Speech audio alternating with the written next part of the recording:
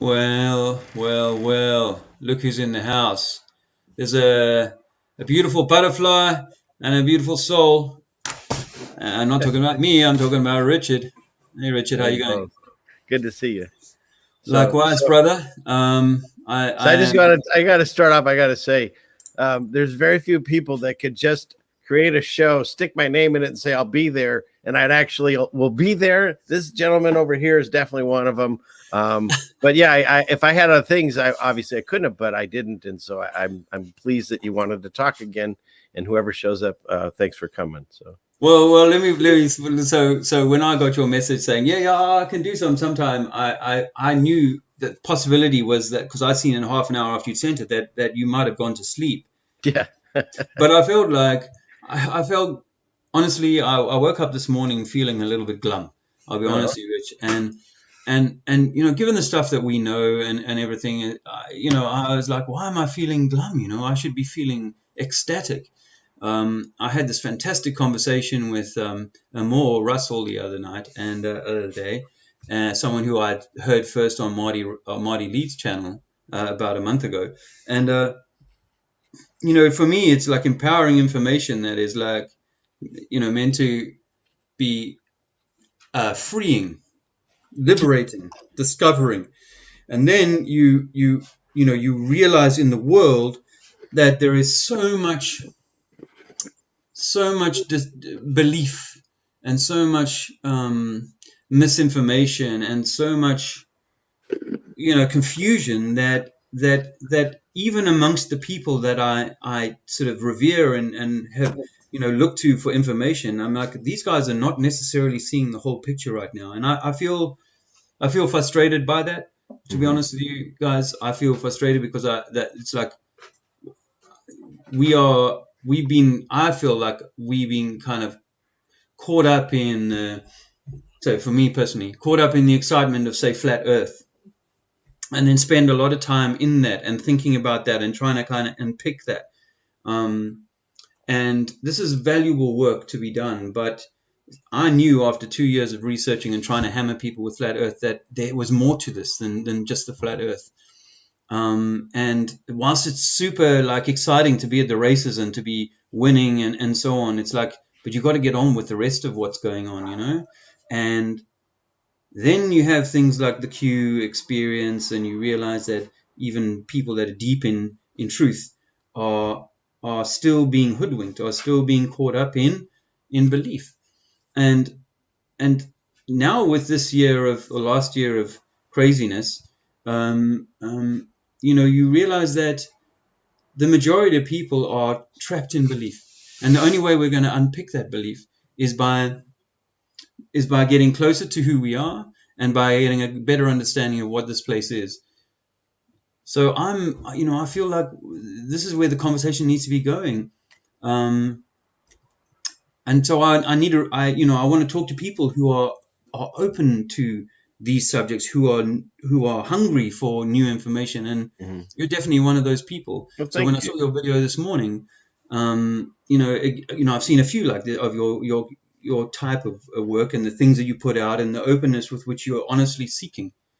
And I'm like, I'm gravitating to that, excuse Yeah. the word, but I'm magnetizing to that. And I'm like, this is where I need to go. So this morning I wake up, I don't feel like too much. I watch your video and I'm like, oh, I just want to talk to you and, and have the opportunity to say stuff, have it said, have things thrown around and what have you. And also maybe give folks who are coming in to listen. There's an increasing number of people, and I'm grateful for those people coming in to listen. But to give them an opportunity to maybe take into their own chat rooms or into their own thinking, Mhm. predominantly, some new thoughts. I had some fantastic comments from the last video that I did with Amor. People saying, we are charting territory that we've perhaps been discouraged from going down or looking at, and and I really want to pursue that with all honesty and with all sincerity and so on. And so yeah, that's why I thought, let me see if I can call you in. I know it was a bit cheeky to throw it on you, my friend. I do apologize for that, but Oh, please. Here's the thing. If I couldn't do it, I just wouldn't have been here. So, because I didn't have anything specifically scheduled for. I was doing other things, but they can wait. And no, I think these conversations are really important. I got my special pipe that was gifted to me. I put mullein in it, and Washington State allows other things, but mullein is a great thing because it's. I don't smoke, but I'll smoke mullein leaf because it's cleansing. You can look into it. The natives they would smoke whatever they wanted, and then they'd smoke this, and it helps clean things. So, anyways, it makes me look smarter too. See, look, because if I'm with a really smart person, I have to do things props to help. Well, I'm gonna need myself a big pipe too. Then I actually, back in the day when I was researching cannabis, I came across a study that was run in the 90s in California. They took, I believe, 10,000 people, and it was a cancer and lung and cancer kind of study. And to keep the story short, the people who smoked only cannabis had no incidences of cancer, and those who didn't smoke at all, in that group, there were 2 people who had lung cancer, simply perhaps because of lifestyle and being in a smoggy kind of environment. So the conclusion was, because they weren't looking at the cannabis angle, it just came out as, well, that was the only group that came with no cancer in that time. So they said that the reason for this is because the cannabinoids, or cannabis itself, is like an anti-inflammatory, and so in a clean way, actually, you can get away with it from that health perspective. Not that I'm saying it's what you should do with it. There's many other ways of using the plant or the medicine, but every subject that I've researched, like, there's so many. It's honest to God, like with a Cthulhu octopuses, like you can go so many different ways. And so for a very short period, actually, my wife is the one that kind of pointed me on it. If you research like tobacco, there wasn't a history of cancer from tobacco until they started putting in those. Oh, where'd you go? Until they started putting those tubes. He's gone. There he's back. No. I just put you on full screen. I thought you dropped. I was like, shit, that was quick. I'm sorry. Yeah, when they put them in the tubes and make it easier for you, you don't have to grow your own leaf and dry it and then roll it and all that. You could just go to the store and buy it in a box. Well, the paper and the filters and the stuff, supposedly that's where the bad stuff was in when they would, or they, obviously they could do their tobacco GMO and put whatever they want in it also. But once they made it a mass market thing, that's when your cancer starts showing up. I think, if I'm not mistaken, mostly in the 50s and on. And prior to that, you didn't see as much from like smoking. And so that's, once again, they take something that potentially you're allowed to do is smoke tobacco, and they bastardize it and they ruin it, and then they make it lethal or whatever, And I just think it's just another thing that was taken away from us. I'm not advocating smoking tobacco. I know people that do, but if you're gonna do it, if you hopefully get as natural as you can and roll your own, because 2 things. It takes you longer, so you'll smoke them less. And then also you're not getting all of the poisons that we know. How do they bleach that paper white? You know what I mean? It's like, what's in that filter and how'd they make it? There's just so many chemicals. Oh, yeah. And the tobacco itself, the modern tobacco itself, is chock full of formaldehyde and a whole bunch of other stuff to help it burn evenly, keep it dry, and so on. So, that's a cocktail of chemicals that were never in the original product. In my experience as a gardener a few years ago, I had a client who was growing tobacco leaves, an old lady. She was only growing them to be pretty. And when she had them, she asked me to cut them down. I said, "Oh, you don't mind if I take these and dry them, do you?" And they made for a really nice smoke. And yes, the Indians and all these other cultures, they smoked without ever having lung cancers. These are, and it's not, obviously with cancer, it's a complicated family or suite of conditions that tend to come together to create the cancer perfect storm.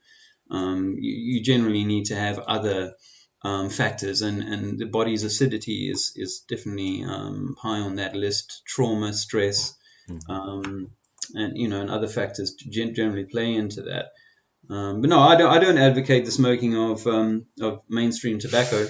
And before I got raided by the police, I just grow all my own leaf and Yeah. use that for smoking. But And when you realize we live in the backwards, upside down world, of course. So if there's a plant that they're telling you is illegal, then it most likely has health benefits. Whereas during this pandemic, you can get as much alcohol as you want. Spirits, go for it, man. They're on sale. They'll bring them to your door.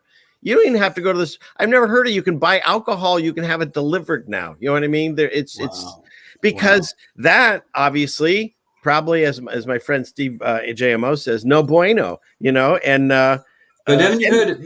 But haven't you heard about that $100 billion health food program that Biden's just signed in? You know, where they're going to send everybody in America like bags of oranges and stuff like that to make them healthy. Really? Oh, you haven't heard about it? Don't worry, you never will.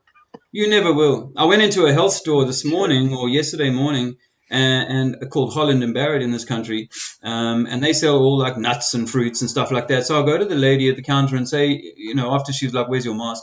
I say, "So do you know about the have you heard of any government program where they you know encouraged or spent money on sending fruit and stuff out to vulnerable people to encourage people to live with, you know, get healthy and stuff like that to improve the immune system?" She said, from behind her mask, "I've got more important things to worry about." You know, so it's like, this is a health food store, man. You'd think they'd be like, yeah. No, the government has given us money to kind of push stuff into the local community, you know, but healthy stuff. No. That's not how it works. Well, no, I mean, I've beaten the drum on my channel multiple times to anyone that'll listen or normies that if this were really about your health, first of all, we know this is not good to put on your face because you're breathing in all the garbage you were trying to expel. And second, they say when it's sunny, they told us to stay inside. It was too dangerous. And now that it's cold and rainy and snowy, they say stay outside because it's too dangerous inside. It's the exact opposite teachings of my mom. And the fact that it's not about health. If it were, like you say, where are they saying? Make sure you get plenty of exercise. Yeah. Make sure you're getting vitamin C, vitamin D, get oranges. No, none of that's ever come across these televisions. And in fact, the only thing you see is, don't forget, you can order anything to your door, Domino's constantly and KFC and alcohol. And, you know, let's just hang out and everything's cool. And it's complete opposite of what you should do to get healthy.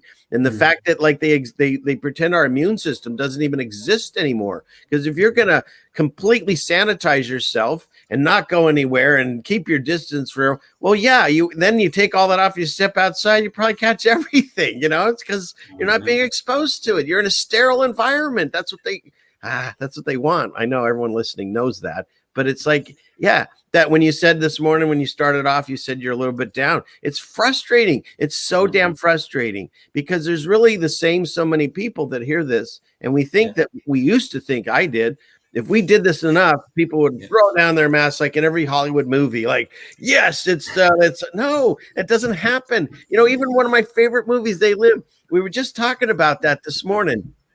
And in all these shows, and like we watched Man in a High Castle. I'd never seen it before. I thought, oh, cool. And now I think it's a documentary. The Nazis won. And but in that movie, and then also in They Live, like one event, and They Live, they break the antenna, and you can see the aliens that are controlling you. And then what? Right? That just means, oh, okay, they don't have to hide anymore, kind of like what's going on now, but they still control you. Like, how does that movie suddenly everything's great because now we can see them? No, they still have all the guns and the militia. And what's changed? They can just see them, you know. And then the High Castle, I don't know if anyone's watched it. Spoiler alert, plug your ears for a second. There's this one main dude, and they take him out. And when he's done, everything changes. Like, what? Like, I'm sorry, even everything you've ever known about the Nazi or whatever you want to call him, you got one evil dude, and you got a whole bunch of evil dudes below him that are all waiting to try to get to that spot. So if you take out that one evil dude, there's like 50 more that are just waiting in line to jump. They'll fight amongst themselves to get it. So this theory that we're going to create this groundswell where everyone does this, God, I wanted it. I so wanted it. But two things. One, I'm not feeling it's going to happen. It's getting worse. They're doubling and tripling up on those things, and they don't work, and they know it doesn't work. It says so on the damn box. Fauci says it multiple times, whatever. So then if that's not going to happen, then I have to say to myself, because I'm based in God, and this is where I feel we're at. And so Every time God rescues his children and people get caught up in the name and the place, it doesn't matter. Don't worry about if you're Jewish or Gentile or Muslim, or it doesn't matter. We're God's children. We came from one place, all of us. We're all different races. There's 12 tribes, and that could be all the differences there. Who cares at that point? My point is this. So every time we get enslaved, we cry out, God, help us. And so he goes, okay. And he does that. And he's like, all right, how are you doing? And then everyone just kind of turns their back and goes about their day. And he's like, dude, what happened? I just got, why'd you just start praying to Baal and Moloch? And I'm the one that did all this for you.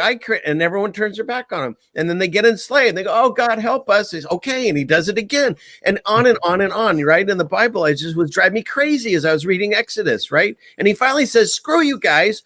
I'm going to make you walk around the desert for 70 years because you don't even deserve the place I was taking you to. I'll let your kids or grandkids have it, or whoever, your next generation have it. And that's what he does. And so those people show up, and guess what happens? They forget God, and here we are. I still think we're enslaved. I think Babylon exists across the entire plane that we get to live in, the prison that we're stuck in. There's God's earth, and then there's the little Truman Show prison that we're in. And within that, I believe that we're all the same children of God, and some of us are from the other side, so they're in here with us too, wheats and tares. And what's going to happen if they turned around and they threw down the mask and said, we take it all back, lockdowns, everything's over? What would change? Sure, we'd have our normal life back, but there's still poverty, wars, famine, disease, trafficking. Okay, nothing's changed. What's changed? God literally lifted the veil, and we can see the miserable mess that we've been living in, this putrid mess they stuck us in. So what has to happen? In my mind, it's got to crunch down, as you say, your Taurus field. It's coming in the middle, and it's pressuring everything, and it's going to make a really fun time, I should say. But at the other side, we come out, and God separates us, wheats and tares. And I think it has to. I don't want it to. I feel it's maybe get worse so it can get better. Okay, so there's my plan. Okay. Well, I love it. I love it. Now, the wheats and tares? I love that. But is that similar to sheep and goat? Would that be a similar simile? Well, I'll tell you the wheats and tares. You tell me the sheep and goat. Wheats and tares basically is someone sowed a bunch of wheat, which would be the good, and then the enemy could be whoever you want to call it, Satan, whatever. He threw in a bunch of tares amongst it, and tares you can't eat, and you can't tell the difference. They look the same. You can only tell once they're fully grown, and then you can harvest them all, and you can separate them. But if you try to tear them out before that, you'll kill the wheat too. So that's what the wheats and tares. Okay, because this, in the goats and sheep thing, because we know how the Baphomet is the goat, right? And so in modern iconology, whatever, the goat is seen as as like the evil, and the sheep is seen like the flock that Jesus is tending to. And I'm starting to wonder, because the kingdom of God is here and me, and each of us are of God, then these are your temples, right? These are the temples, absolutely. This is your torso or main Taurus field, and the heart, of course, is meant to be the balanced place or the neutral place, right? But in my body, I have like lower energies that are the dark energies, and I can get into this more. But in the earth, if you use the microcosm macrocosm example, in the earth you have the dark, heavy, hot stuff in the ground beneath our feet, and then above us you have light, cold blue stuff going on in the skies. And if you take the same approach to your body, then you have a sort of opposite polarity going on in your body. You have the hot, the sort of devil, if you like, is inside of you. And just recently I discovered that we were looking at the bones of the body, and the coccyx bone is identical to the Baphomet. I'm going to do a little thing on it. You look at the coccyx bone, you realize they have stolen that shape and created the Baphomet. They have stolen the shape of that area and created the bat and the elephant. There's a whole lot of things that are created out of the bone structures of your own body. So within your own body, you have hot and cold. You have the ability to be a very bad guy, or you have the ability to be a very spiritual, up in the blue chakras, up in the in here kind of guy. Now I've just drawn this sine And wave. scripturally, that's called free will. That was another gift that was given to us. Okay, exactly. So if you allow for this sine wave that I've drawn on here to represent the hot, the hellish part of your body down between your legs, and this here is the blue part, is up in your head. This is the blue, and this is like being super spiritual. And then down here, where the earth is, along the green, is your heart. And that is, my friend, is the balance that I think we are meant to achieve. And if in this world... Can I ask a question? Yeah. Could it also include your gut? Because since my awakening to whatever this is going on in my head, I always thought everything had to come from here. No. But now I'm finding majority of my best decisions through life have come in the torso, as you call it, which would include not just the heart, as you're saying, but also the gut. And they always talk about it's a gut feeling I have. And you can feel a person's energy right as you meet them. And a lot of times you feel it in your gut, your heart too. Yeah. So I didn't mean to stop you. But yeah, absolutely. Like people, we do tend to think in terms of the universe in male and female kind of tones. And I think that might be a bit of a new age or an old age deception. So there are negative and positive attributes that lend themselves towards a more masculine or feminine nature, like water being soft and flowy, and earth being hard and, like immovable in a way, a little bit like a man. So that, you have got these archetypes within that. But I think in simple terms that we probably have at least 3 brain centers. I mean, I used to snigger at the Egyptians used to say you got a brain in your gut and stuff like that. Well, I used to snigger at that. Now we know that they knew stuff that we should know. And I think that there is... When you look at your Taurus, do you feel it like the best, I don't want to say the best, but like the most successful energy is happening in the middle section or at the top or the bottom, or it doesn't matter? Well, this is why this world of frequency, vibration, tension is so powerful, because if you are a sine wave and I can tweak you with a little bit of a shock here or a imbalance there, then I can get your Taurus to be spinning off center, off kilter. And I think this is what happens in the world, is that people are brought off kilter, and they either end up spending too much time down here and being super angry and super, maybe even super fearful, such that, but that their rootedness, they kind of put too much into that sort of stuff. And this is you're going to find this fantastic. But what if I told you that this was American politics, and down here you got Donald Trump, super capitalist, super misogynist, super mofo, right? And then up here you got the Democrats. You got, we're gonna take we're gonna save the world. We're gonna bring Greta Thunberg in and make everybody eat mung beans from now on, because we are super spiritual, super new age, super whatever. Yeah, we're gonna all go and fast for the rest of our lives and all that shit. So this is what I think you got. You got red and blue. Everything is red and blue. You got red at the bottom, blue at the top. I almost feel, instead, if you look at that as like a water on an ocean, the red and the blue are on a boat. And just like in that movie, The Perfect Storm, the boat sometimes is down here and sometimes it's up there, but it's the same boat. Because I'm out of the left-right paradigm, and I understand what you're saying, but I really just feel that they're together, just constantly doing this to us, just pulling at our heartstrings and stuff, trying to make us think the other guy's the bad guy. Yeah, yours is a brilliant analogy. You have the choice to get off the boat. Obviously, in your analogy, the water is choppy. So what I'm suggesting is that what this ship keeps doing to you, or what the guy who runs the water park, he keeps doing, is he keeps shunting big waves in to keep you either in the low wave or in the high wave. Teacher, I have a question. So I got one more thing. So let's go with the water thing. And whoever's in charge of this world, let's call him Satan, whatever. He's the guy making the waves. But we know the guy that that built the machine, and his favorite person that I've heard of was Jesus, and he could go like this, and the water, he just tells the water, stop, and it stops.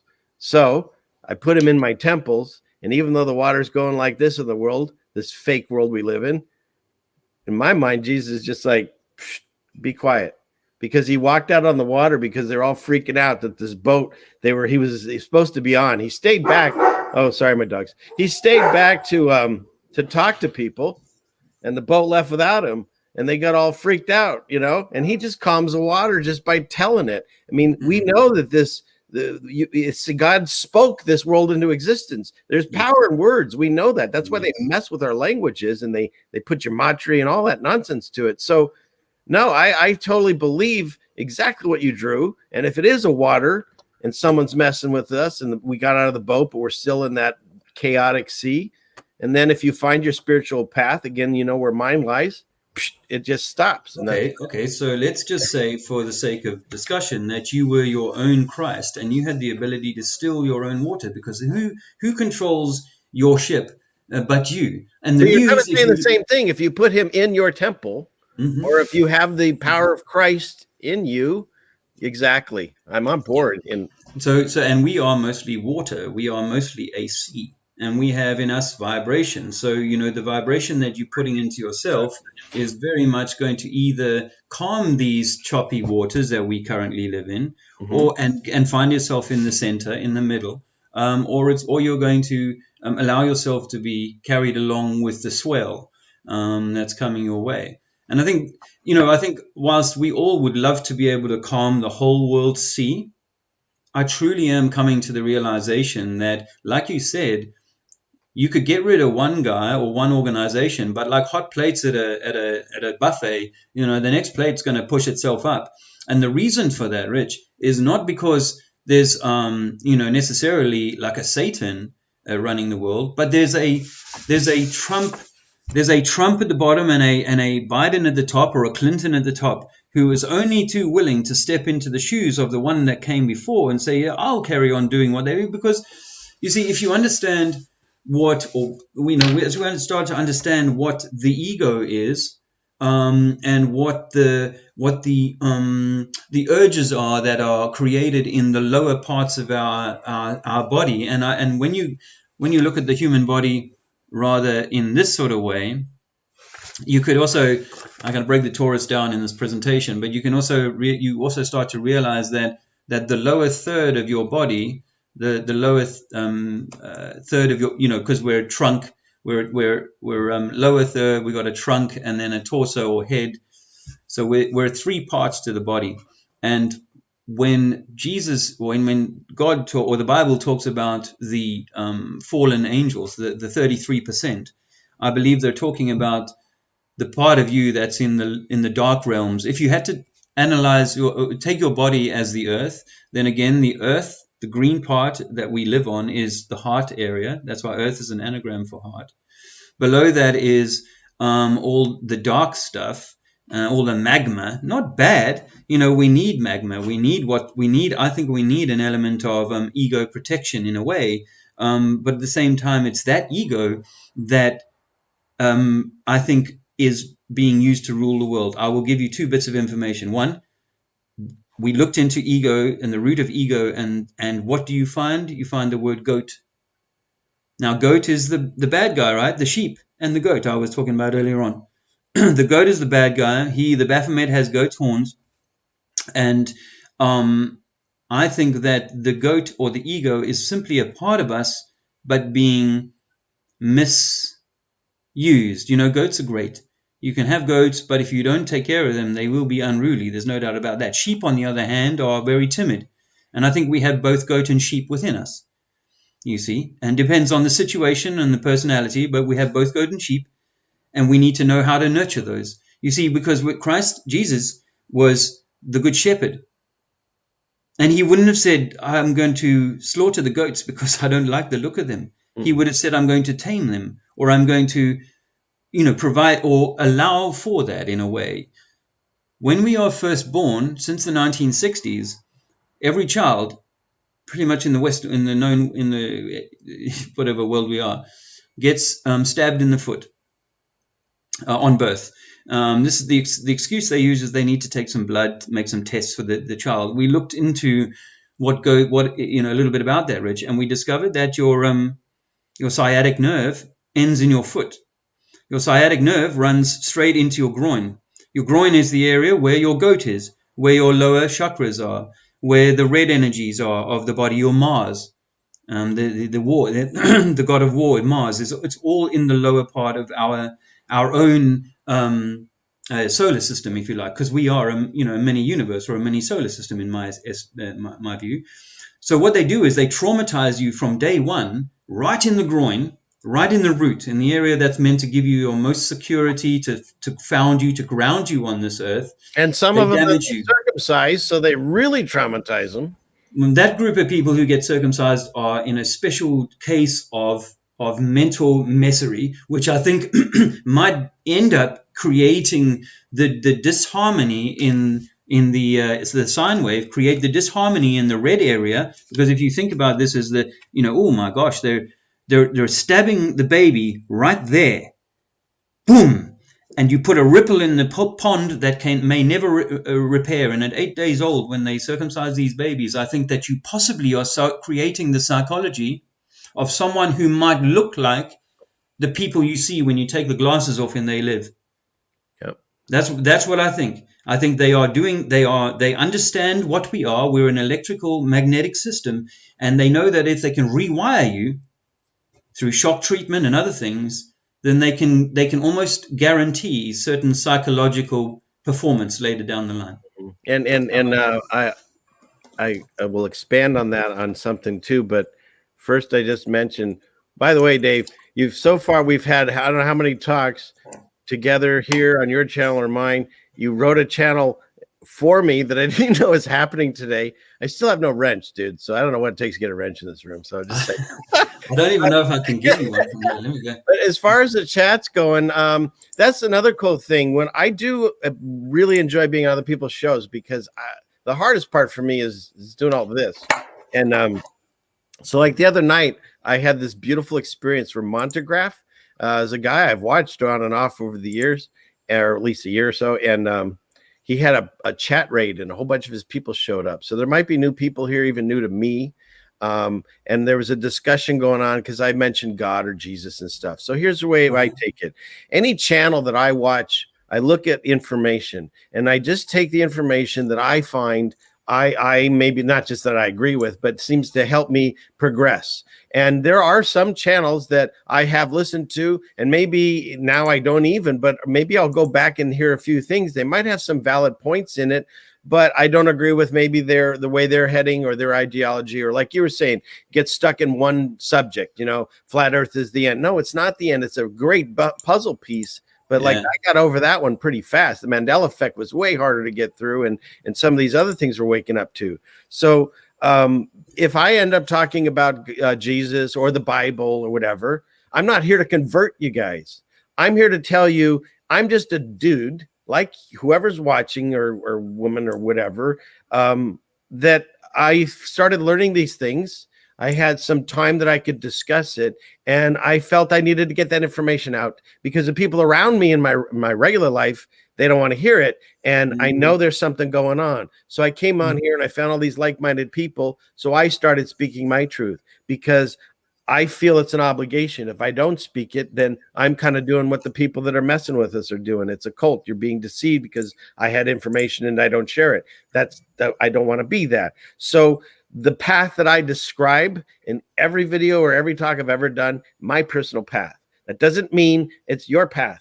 All I can do is encourage you and say, I've done it this way and things are really making my life better. So I'm going to continue. If it ain't broke, don't fix it. But again, it's okay if you don't agree with some of the things that I say. I'm not making anyone come here. I'm just got here because Dave was gracious enough to allow me. Thank you. And I don't know. I haven't been watching. I didn't have my glasses on, so I haven't seen a word of the chat. No, it's fine. No, I have no problem with what's going on. I just wanted people to know where I'm coming from, because if I talk about Jesus, it's not like a Jesus channel. No, I didn't even know it existed until just like a year or so ago. And that's my path, but I'm not pushing on anyone. One of my dearest friends is Muslim. You know, I had no idea the Muslims and I'm not a Christian, whatever you want to call me, but that's what they label me as. But a Muslim thinking and a Christian thinking are almost identical. They're both waiting for Jesus. It's pretty wild. I had no idea. Another thing, they want to just make a separation, you know, put race against each other, agents against each other, and religion. I don't buy into religion, but the teachings of the people that they're the most godly. The Muslim man I know, he's a beautiful man. And so, yeah, it's another thing. I'm not here to push an agenda one way or the other. I just like these frank discussions. So I'll stop there.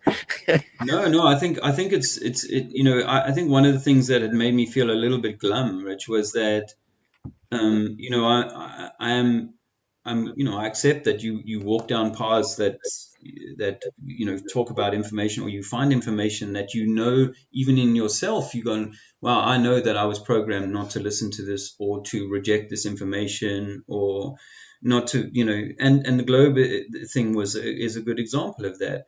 And people react pretty strongly to that. So I'm used to that from the flat earth thing. But I'll be honest with you, back in 2015, 16, when I was doing all my flat earth activism online, I found that it was really, I was kind of carrying a lot of anger around with me. I was carrying angry conversations around with me. I was arguing with people for over days in chat rooms and stuff like that.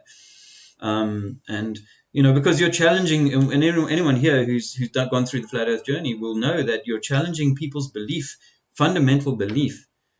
And that's why I titled this Belief, because the thief that is belief belies the lie, and we are, all of us, coming from a place of lies.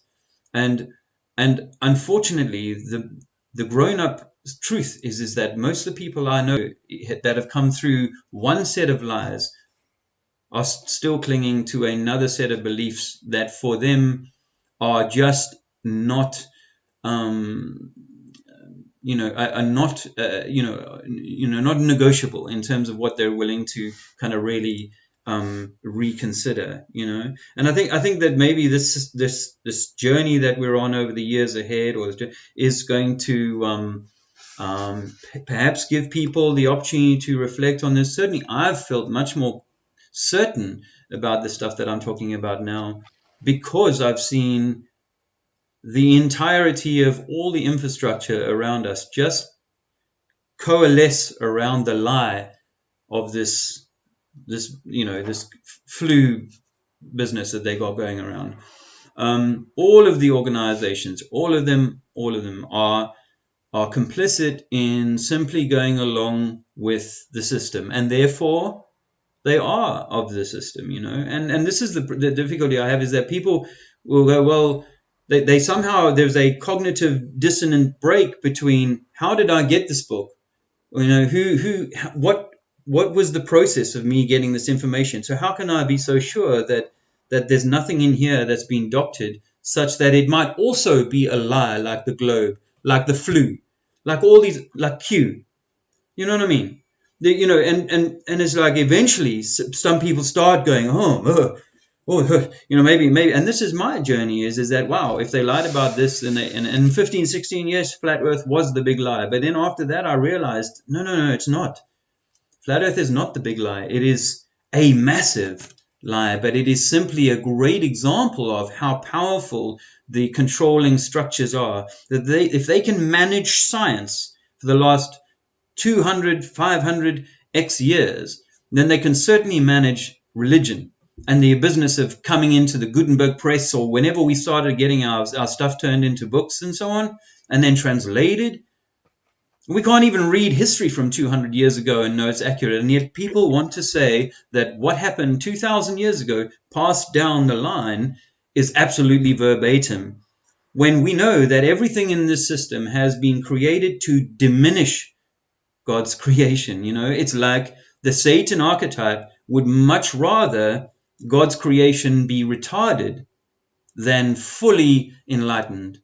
You know, such that just the idea of becoming illuminated, becoming enlightened, getting the knowledge that we're meant to have, you know, in love, getting that information in some people's minds is against what God taught. When God said, teach, you know, test everything. And what I've found when testing everything is that everything, even the curvature of the water, you know, People believe that water curves. You know what I mean? So people are dumb. People have been dumbed by this You know, world. it's funny. You even did it on one of your videos. We found it when I found your channel. But my wife had, when we woke up to, and I don't want to call it flat Earth, whatever it is, the Earth that we live on. We woke up to that. She made the comment that plants always grow up.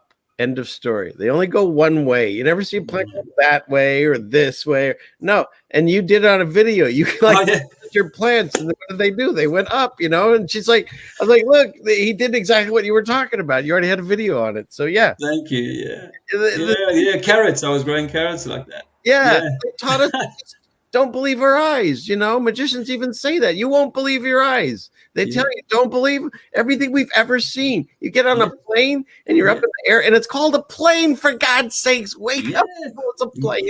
You get on a plane, not a globey, and everything you see is flat. You never feel the nose curve or do this or no, it's flat. And train tracks, and you know all the stories. It's like everything I've ever seen proves it, and then everything I've ever heard tells me I'm wrong. And absolutely. And I mean, you know, this is it. You see people say, "Oh, but there's no evidence of this." It's like, okay. Well, I mean, then why would you want to hang on to all of these beliefs when, you know what I mean? It's like God is meant to have given us the power of the ability to kind of discern everything. And I'm really, you know, coming around to this idea of, you know, I've said it for a few years.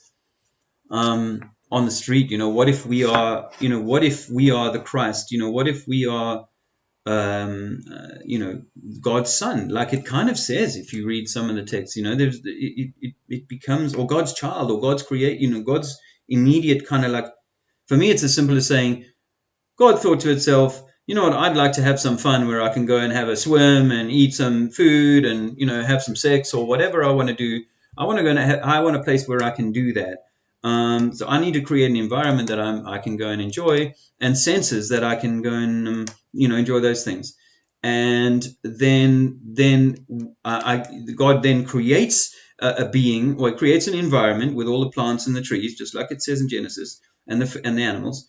And then he creates a version of himself, but in tiny form. Maybe not always so tiny. You know, it's plenty of evidence of us having been bigger, but he creates himself in tiny form and then comes down to enjoy this. But over time, yes, some of the sort of carnal aspects of being down here become exploited, the 7 deadly sins, as they call them, and we end up getting carried away with ourselves. Increasingly, the tribe gets bigger and the tribe leader gets more powerful, and then you know, some people in the tribe say they're unhappy with the noise that's being made after 10 o'clock, and then others start saying we need more, you know, cleaning down at the toilet block and stuff like that. And then within, you know, a few millennia, you know, you've got the situation you have now, where the goats and the sheep, between them, by the way, because I saw my friend Jason hands his goats lead sheep to slaughter. I think it's more interesting than that, actually. I've really been stewing on this, Jason, but I think it's both goats and sheep. Remember, God creates everything, and goats are like an archetype, and sheep too. The farmer wants both goats and sheep. My uncle had both goats and sheep on his farm, but they needed different handling. The shepherd, which is you, needs to manage the goats and the sheep in yourself.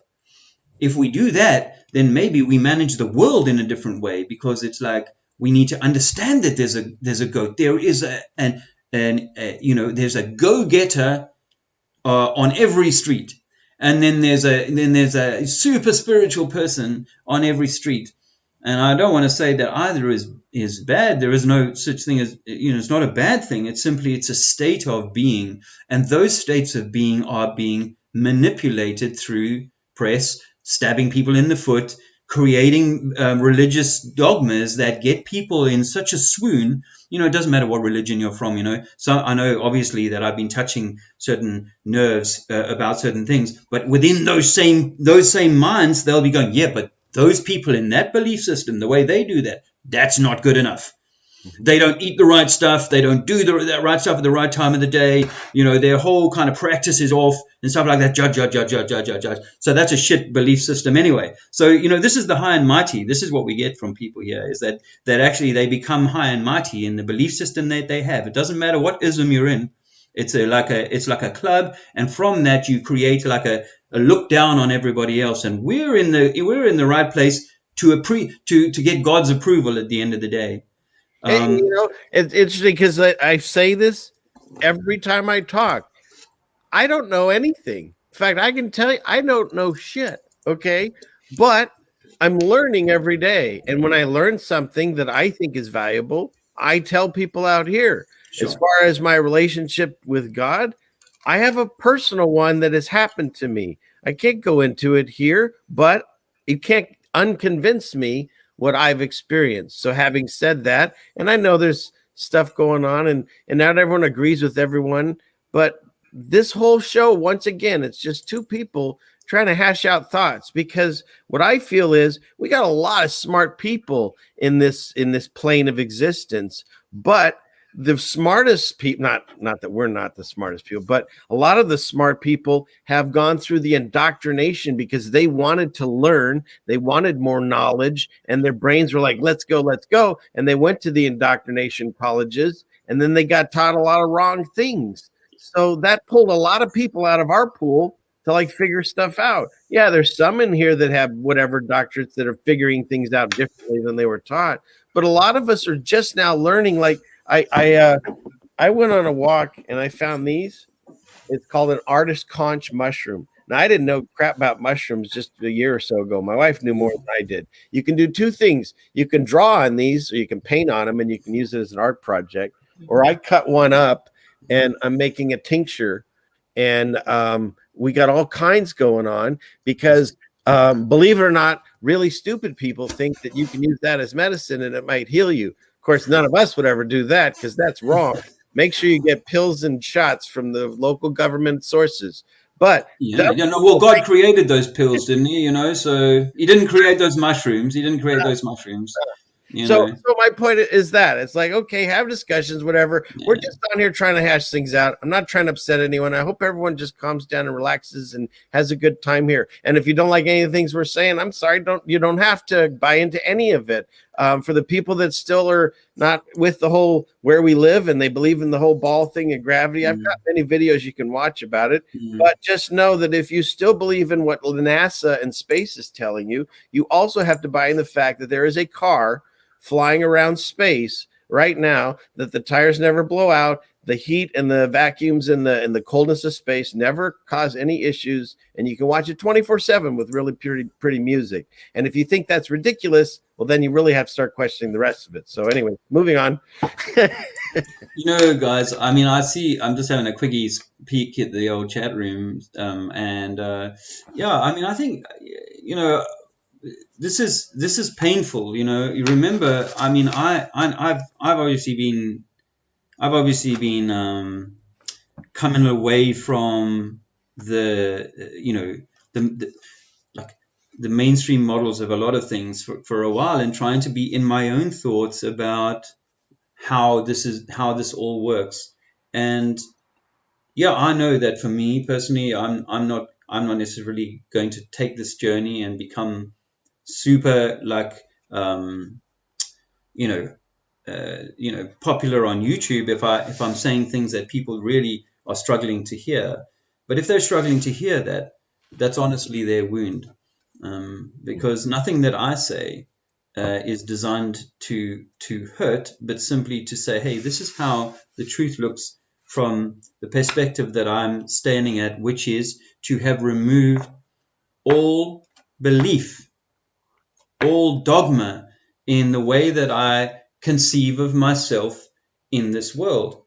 And the more you go down, the more you go down electromagnetic theory and you see how everything is tied together and how we're a micro of the macro, then the more you realize that actually, the universe is within me, and it is my universe to manage. Mm-hmm. It is a single verse. I am one of a billion universes walking around on the plane at the moment, or 7 billion. I don't know what the real number is, but I think that God is manifest in each one of us, and each one of us is a universe. God spoke the world into existence. We are one verse, or one compression of verse, if you like, the whole lot from Uranus to Neptune and Mars. It's all here inside of me. The solar system, my solar plexus.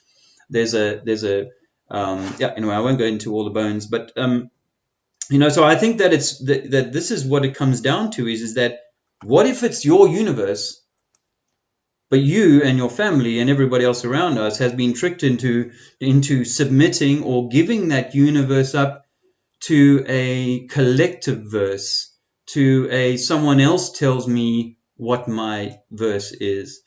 And I'm not knocking the teachings of the New Testament, Old Testament, the Quran. I'm not knocking those teachings.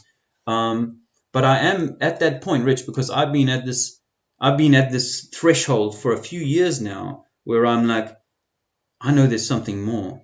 And I know that in Flat Earth, it's just like some kind of Christian happy club. That's really what the truth is about Flat Earth is that there is a huge Christian kind of thing here. And for me, I will have to. I know you're far too nice, but I will have to lay this stuff out. And if people find that challenging, that's because, as I say, they don't want to have their beliefs challenged. Nothing I say is about join a club and your club is better than that club.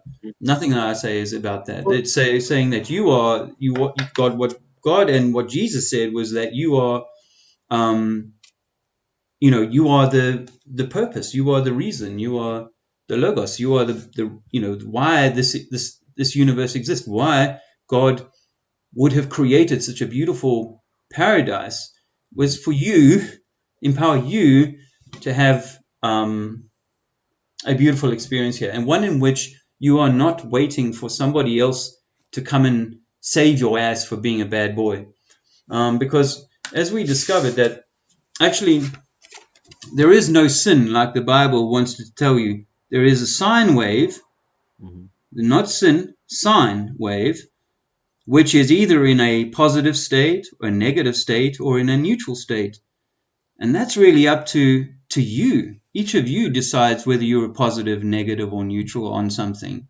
And so I'm saying the ownership of your heart, your neutral, your balance, your positive, your negative is all with you.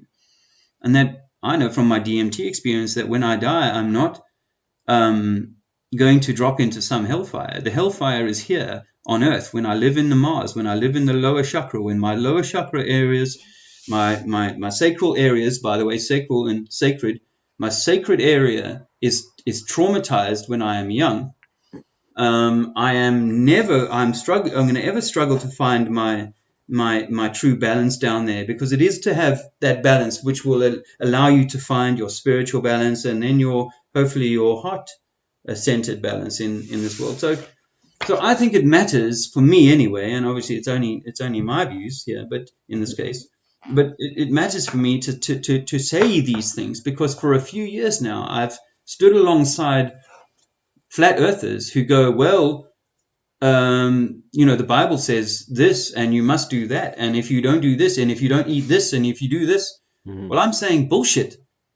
Well, there's none of that. It's none of that. It's that it's my universe, not yours. You're not going to tell me to wear a mask in my universe, and you're not going to tell me what to eat in my universe, and you're not going to tell me what to believe in my universe. I'm willing to share theories and beliefs and ideas and theories. I love theories, but to say that that's the only way to God, and that's the only way to a true relationship with yourself and with the higher, no. But exactly what you're saying is kind of what I've talked about. That's your free will that was given to us. And so since I grew up not having religion, I mean, I grew up Jewish. We never talked about the Bible. It didn't really exist in our eyes, right? And you read the Torah, which is the first part, and then you close the book and you put it away and you guess the ending. So not having it in my life and not having Jesus in my thoughts or anything, when I woke up, started with, where did it start? I went through the whole Trump train and found out news was fake. And then I went through Q and thought there was like, there's some truth in there, but it's all, you know, CIA thing now, garbage. And I got out of that one, found, you know, I think it went to Mandela effect and then flat earth. And then, you know, you realize that all news is a lie. I think Brian Staveley's thing on that thing that happened in September is one of the finest videos ever done on that. It just tells you everything you need to know. And so once I came through all these different things, all the videos I was watching, it didn't matter what I was watching. It could have been about lizard people or running England or whatever. Everyone ended up talking about good versus evil, God versus Satan, and some were mentioning the Bible. So I decided on my own I'd start looking into it. But even before I really had cracked this thing, I had a moment in my life where I was like, okay, I got on my knees and I did what you're not supposed to. I said, if you exist, I want you to show yourself. You know, you're not supposed to whatever, but maybe you are. I don't know. And then things have happened in my life that are just, they're unexplainable, other than there is a spirituality to this world going on. And again, I'm not trying to force that on anyone. Maybe one day I'll do a video of the things that have happened since that moment. Not things, impossible things. So with that, then I decided I'd look into this thing. And guess what? What I found is it's good, useful information. Even if you don't buy into it, I find all kinds, not only if I can prove things, or I believe you can prove things that have happened, and then also things that are happening right now that seem to be lining up with things in this thing, and then future events they talk about. So just like that movie Beetlejuice, if it's the guide for the dead, you know, and it helped them through it, but they lost it, so they kind of got a screwed up time. You don't have to go through this life with this book. A lot of people have never seen it. So I had never seen it. Now, does it mean that if you find it and there's a good information that could help you and make it a little bit easier, Pat? Yeah. But does it mean you have to have it or you won't be safe? No. So I see it like this, Rich. Yeah, sorry, but I see it like this. Like, firstly, for as far as we know, according to the modern history, which I don't necessarily accept, but as far as we know, that book's only, you know, 500 years old, maybe longer. Maybe you could stretch it to 1,000, but it would be unfair to think that even 1,000 years ago that all the people on the earth would have had access to printers and access to their local vicar. So the opportunity for most of humanity for the millennia prior to the writing of this book, what about them? So I think that there are absolutely important teachings that come through these books, but to say that, I mean, this is what I said to my mom as a child, you know. So this book is the only book, and yet, you know, there are people who are born in India who have never get anywhere near a book like that. Well, yeah, that's just kind of too bad, I suppose. Maybe they should have found out some kind of Christian ministry or something. Well, that's ridiculous, because the Christian ministry belongs to a particular set of social dogmas. It's not there's only 2 or 3 billion, and as I say, go back 1,000 years, then there were none. You know, it might have been a handful in the times before that. So for me, that means that then, of course, you've got most Christians who read the Bible don't know anything about the book before the Bible. You know, the 88. I don't even read it, honestly. I read this every day in some form. And I find not only the stories fascinating, but there's information that I use on a daily basis out of it. So yeah, I think I'm blessed that I actually be able to read it, because a lot of people haven't seen it. But that doesn't mean you don't have to find God without it. You can find it without it. A lot of people have, and that's all I've ever said. Find that relationship with the Creator, because we all came from one place. If in my mind, this is what I believe. There's one human race. And it came down. Now we're spread out all over the world. They talk about Babel, and we all got separated. And there's 12 tribes. Maybe they're all different races. It doesn't matter. There's one type of race. There's one race, the human race, and we all came from that. And so I think an event or multiple, events have happened, and a lot of people witnessed it. And like that telephone game, some people called him Jesus, some people called him something else. I don't know. Whatever that happened, I think those things really did happen. And just even the names. If you read this book, it says Jesus wasn't his name. My name isn't what I was told. Your name isn't. We don't even know God's name. He says no one knows their name until later he'll tell us. So I don't get caught up in any of the names. I don't get caught up in the names of the books. I'll use the information and I'll keep my relationship with God. And if my relationship, if he says, hey, this one works through Jesus, well, then that's what I'll do because he told me to, I'll do it. You know, why buck the system? He created it. I'll do what he says. If that's not your path, maybe it isn't your path because we're all different individuals. Yeah. We might think alike and look alike, but we're all different. Yeah. And your path is different. But guess what? Yeah. We ended up on this screen together. I didn't even know you existed. There's a lot of beautiful people I've met, and we're all talking about the existence of a creator, and we need to higher mind ourselves and have more loving relationships. Well, there ain't nothing wrong with that. And if you got here with this book, great. And if you didn't, great too. I don't care as long as you're here. Yeah, I love that. I love that. I think, I think though the Trump circus is just another reminder that they created the globe to create a fear or a dependency in us, a dependency on something outside of us, and to diminish the creation or the creator's creation or our co-creator kind of essence or whatever we are here. So when you continue to take that without having the baggage, if you like, of indoctrination and brainwashing, and this is, people will hate to hear this, but every part of our doctrine is brainwashing, and if someone here was trying to debate with a Muslim scholar or a Jewish scholar, they'd be like, but you've been kind of indoctrinated into that way of thinking. And so really it's always, if you're saying that about him, then he could say that about me or you. So each of us has been indoctrinated, and I've worked my way through so many of these forms of indoctrination, and I realize there's generally always a consistent theme, Rich, and that is that there is division, separation, and a weakening or a reducing of who we are. And for me, when I look at what they said about there's someone coming to save you in any of these things, whether it be Islam or Christianity or the other Abrahamic one, the grandfather of the three, then you realize that actually this savior coming to save you thing from the outside is no different to Trump is going to come back, Q is going to come back, and Trump is going to come and save America. To me, I think that it just keeps boiling down to, wow, they're trying to pull me out of myself. Whether it be porn, or whether it be TV, or whether it be any materialism, or whether it be a belief that someone else is going to make me sick or is going to come and save me.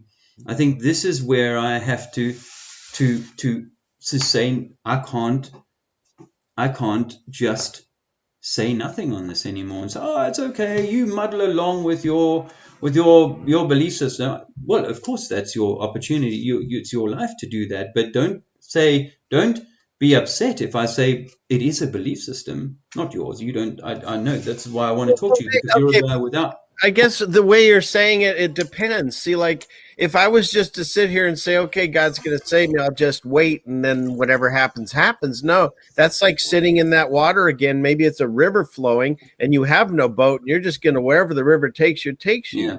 I think if you find your boat, which could be that connection to God, because I believe if you want to go with the whole theory that, the 33, the fallen angels and whatever happened that created this system, we got disconnected. And so you want to use the name Jesus or a boat or whatever you want. There's something that comes into our life, into our plane or chakra or our torus, whatever, that creates that connection again, like the umbilical cord to your mom. You can connect back to God if you figure out how to get there. And once you've done that, then you're now no longer, you can help steer your boat the direction that you want. And how do you do that? You talk to him, and if you don't want to follow like the teachings of God or Jesus or the Bible, just what do they say? Love yourself. Well, you've discussed that before. I've heard it. This whole world that we live in is made to make us feel bad about ourselves. You're too happy, your hair's wrong, you're this, that. Yes. And we look in the mirror and we hate it, and that's God's creation. And once again, the deceiver has made us hate God's creation. Everything is just to just strike back. Okay, so love yourself. That's the first thing. Second, love God. Know he's there. And I can talk 1 second about that. But the third thing is love your neighbor as yourself. So in other words, treat Dave the way he would want to be treated, and he'll treat me the way, or however that works. You understand what I'm saying? If I do something really nice, you're going to go, wow, that was really nice. I want to do something nice for him. Not because you feel you're obligated, because it makes you feel good when you do something nice for someone else. And that's that system. You put those 3 things in your life. That's paradise. That's God on earth. You don't have to buy into the Bible if you do those 3 things. It's just really hard to do all the time. That neighbor backs over your lawn and you want to yell at him or something. No, it's like, I get it. So this whole thing about somewhere I was at in a point about oh God. Okay. So let's just say, this is my theory on this, Dave. Tell me what you think. So you have an entity that it's everything. But the one thing I believe, because what do you give God, right? He can do whatever he wants. You can't really say, hey, I got you this nice, not whatever, hey, look, God, I got you this cool rock. Goes, yeah, I made that last week. You know what I mean? So what can we give him? The only gift we have to give is our love, is our friendship. I used to always say, even before, love comes from the heart. Love comes from the heart. Dude. And the opposite of that, remember the sine wave, the opposite is either in the goat or the sheep. You know what I'm saying? This is what we have to come to realize, is that the Christians are told to love their brothers, but their brother says, oh no, the earth is flat, and they tell him he's a dick, he's a moron.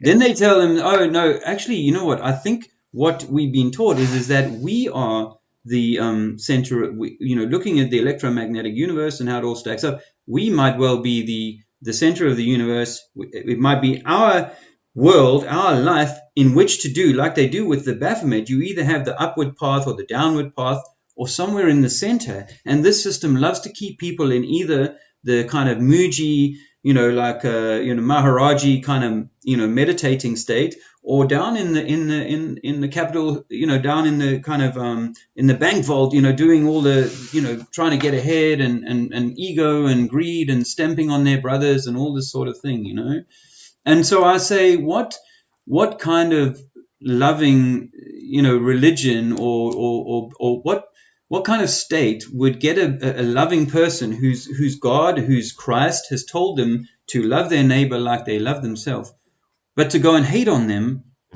because they say that we've been lied to about this, the nature of the world, and that the organizations who gave us the globe gave us the Bible. And if all of these things have been designed to minimize our direct relationship with our Creator, then that is Satan. That is sin. That is not what God wanted to give love. One thing at you, though. Yes, I understand when this was written. I understand it's been grabbled, as they say. I understand it's been changed by kings. I understand that Mandela effect has messed it up. I get that.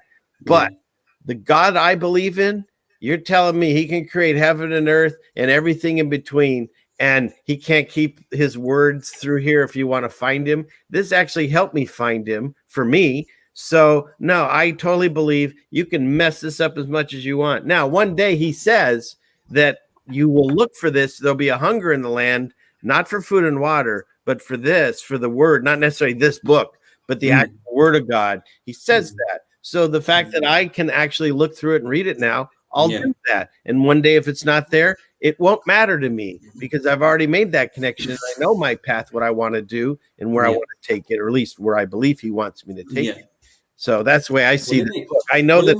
Let me try and bring this part of the conversation to a close and say that I think God has said that he has written the truth on your heart.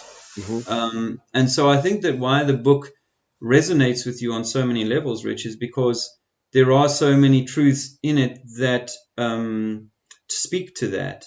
And of course it's meant to. A Disney movie has got to have a lot of good stuff in whilst they slip a little bit of poison in by the back door. And The back It, door, of course. Uranus. If if it's the case that actually God created Eden or heaven or this place, this earth, for you to come and enjoy, then you are a king here. Mhm. So do you really think that King James would want you to know that? Well, no, but that's what I'm saying. I don't believe you could stop it. I don't believe you can get it. I mean, maybe one day, but for right now, it exists. And I will say over and over, whatever path that got you to the point where you figured out there's a creator, I can't argue with it. He does things in my life around me that I would never want. There's things going on right now with close family members that's not the way I would choose things to go down. But every time I've had that moment where I said no, I wanted to go left and then ended up going right, it Yeah. actually turned out okay so far. So who am I to question his judgment, even if I don't believe he's doing I gonna it'd be like me trying to tell, you know what I mean? I can't tell him, nah, I don't think you're doing that right. You know what I mean? It's like you hire a plumber and then you stand behind him and say, oh, you're sure you want to use that wrench? You know what I mean? It's like, yeah, that's what he's doing. So I don't know. All I can tell you is however we all get there, as long as we get there, if whatever the finish line is, because as he does say, you're talking about in your heart, he says there'll be a day when there won't be a need for people like you and I on here discussing God. Everyone will have it so written on their heart. They'll just know it. That's where we're supposed to be. And Mm. does that come from a book and a thing and then all the things that I believe? I think so, but maybe for you, if you can create it and it comes that way, and maybe the same thing ends up happening. I mean, none of us really know the answer to this until it's there. And what I read in my teachings is it's like that joke. Did you ever hear that one where the flood was coming and they're like, "Come on, guy, you got to go. Your flood is going to flood your house." And these guys roll up in a car and say, "Get in, let's go." And he's like, "No, my God, I believe in God. He'll save me." And they're okay. And they take off, and then the water starts rising. And then all of a sudden, a boat comes by and like, "Hey, man, get in the boat. We're here to save you." He's like, "No, God will have me. God has me," right? And the boat takes off. And then it goes up to the roof, and he's on the roof of the house. And a helicopter comes by. Hey, come on, grab the ladder. We're gonna get you out of here. Now God's got me. And then of course he drowns. So then when he sees God, he's like, God, I understand. I did all these wonderful things in my life, and you said you'd save me, and what happened? And he goes, my God, I sent you a car, a boat, and a helicopter. What more do you want? So on some level, we've got to do stuff for ourselves. That's why I talk on my channel. I'm growing food where we have chickens. I'm looking at doing, I don't know, goats. I've never done any of this. I'm not a farmer. I used to work at a job where I had a suit and a tie, and my hands were beautifully clean and stuff. Now I'm constantly filth and mud and all that. And you know what? I'm having a fun time working. Yeah. I mean, not that I hated work, but I enjoyed interacting with people, which they've taken Yeah. away anyway, so I wouldn't have had that. But now I get to go out, and when you pick a carrot or a potato and you eat it and you grew it, it tastes so much better, So yeah, I'm doing what I can to be self-sufficient. Am I waiting for God to come back? Yeah, he says he's gonna. In fact, he says he's gonna pick you up. He says he's gonna come gather you. So I'll just live my life like I want to. I'll grow my food and do what I can and stay out of the system as I best I can.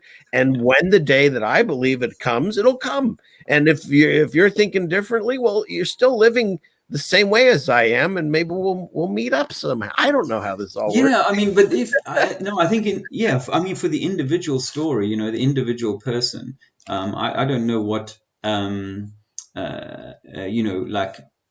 I don't think good things or bad things are going to happen. It's almost like it's an indifferent thing for God. I think when you return there, but in terms of God's God's creation here, it has been misused by forces of, let's say, darkness to mislead humanity, and humanity have become divided. They're either sheep or goats, and that I think is the problem, my friend. Is that we we are, not to talk about, I'm not talking about you or me specifically at all, but I think that in the world, people are now in these camps of sheep and goats, and because of religion, because of science, people don't know their true essence.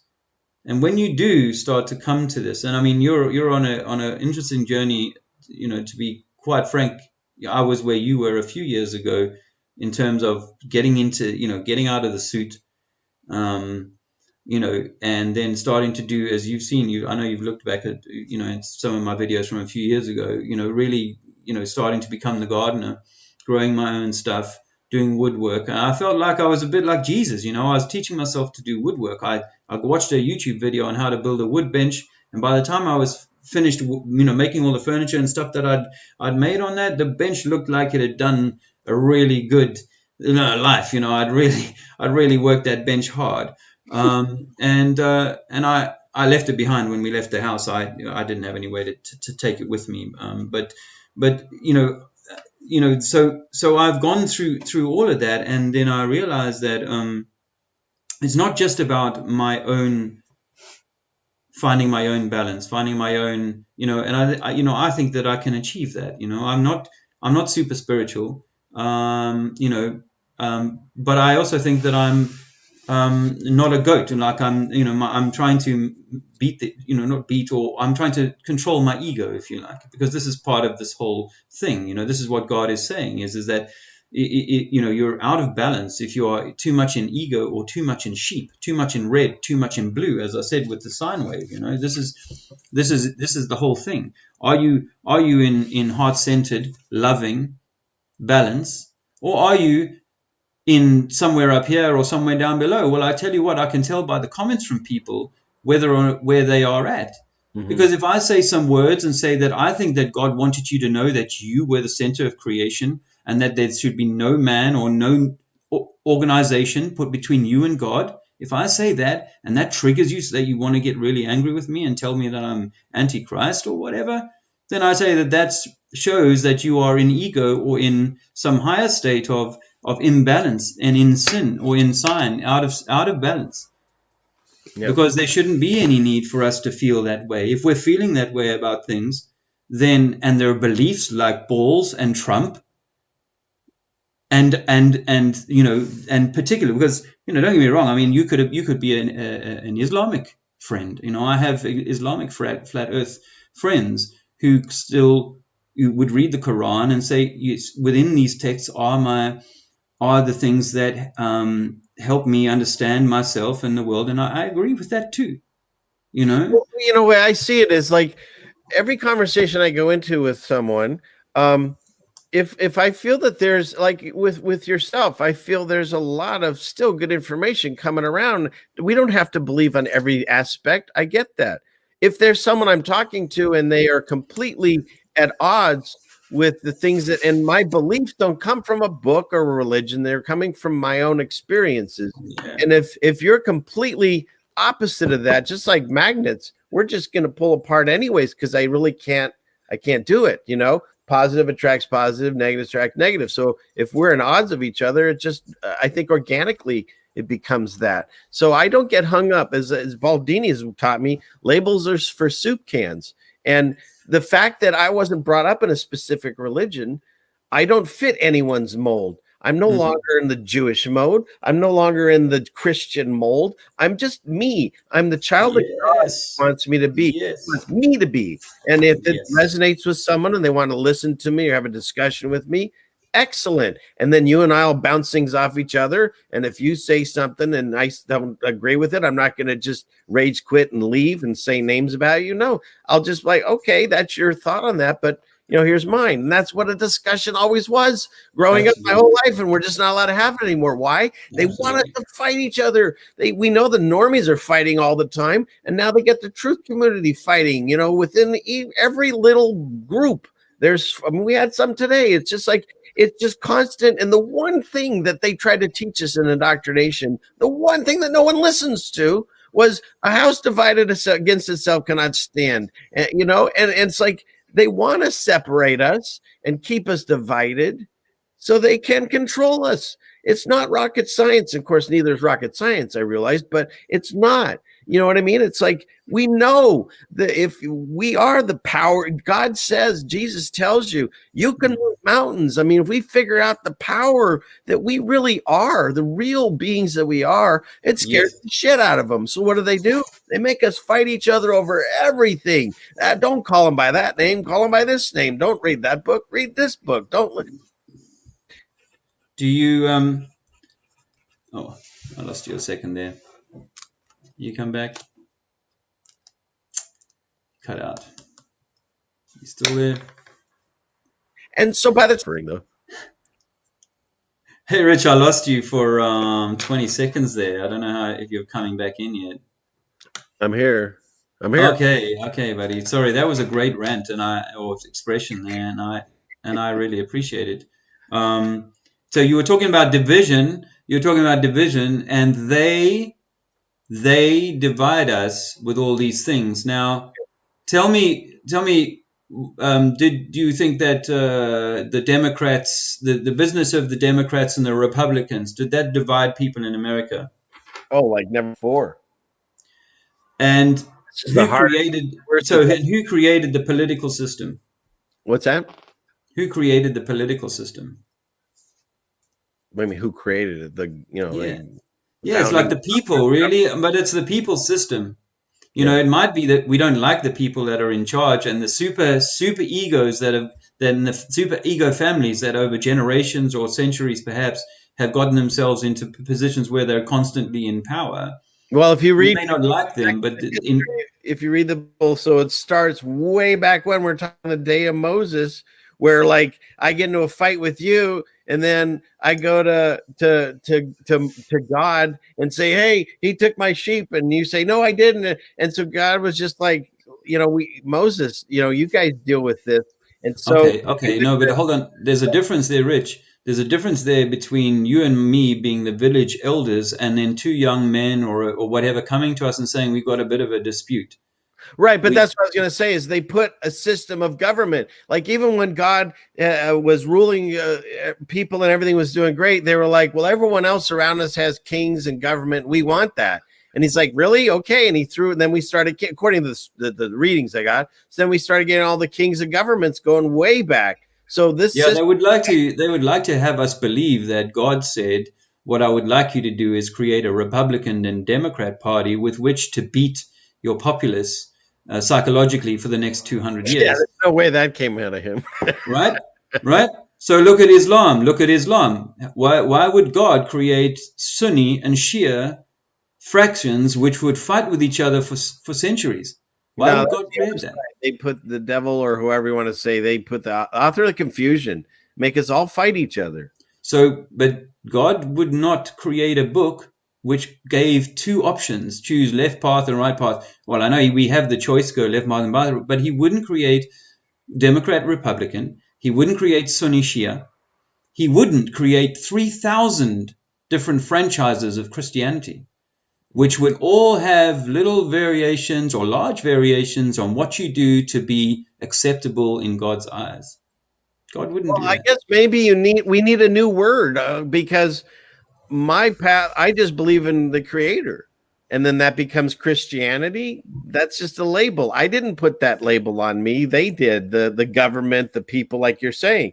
So no, my connection to the Creator has nothing to do with religion. If I couldn't find a Bible tomorrow, it wouldn't change how it would, it'd be more things I'd have to look into, but it wouldn't change my position and how I talk to him or feel with him. No, not at all. Yeah, because some of the nicest people I've met in my lifetime have been people in rural communities who don't read, and they have an absolute beautiful relationship with the world around them, the environment, and their community. I'm not saying that their communities don't have little fracas, but this is when the community says, well, there's a little bit of a problem here. But we know for sure that our communities or communist system uses left, right, push, pull, blue, red, antagonist, agonist ways of controlling you, you see. So I'm like, why stop at the globe?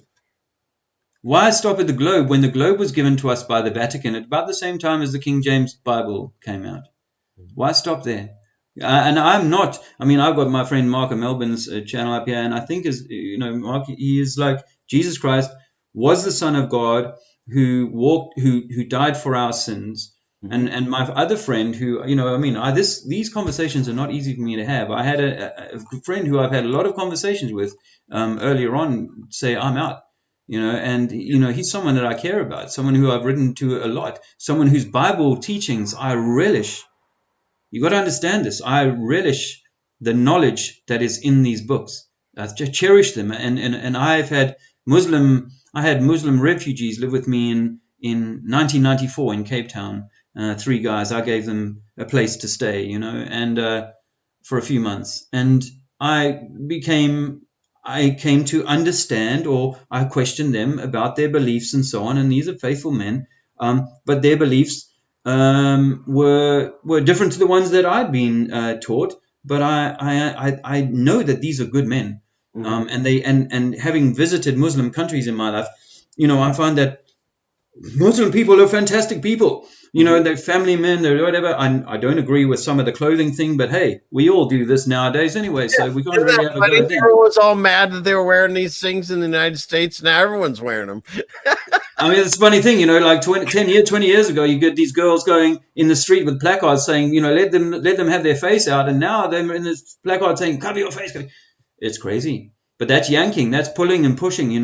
And so ultimately, in all the countries I've traveled to in my life, and I've traveled to quite a few, and I've been in your state, I have found people in Middle America to be beautiful people.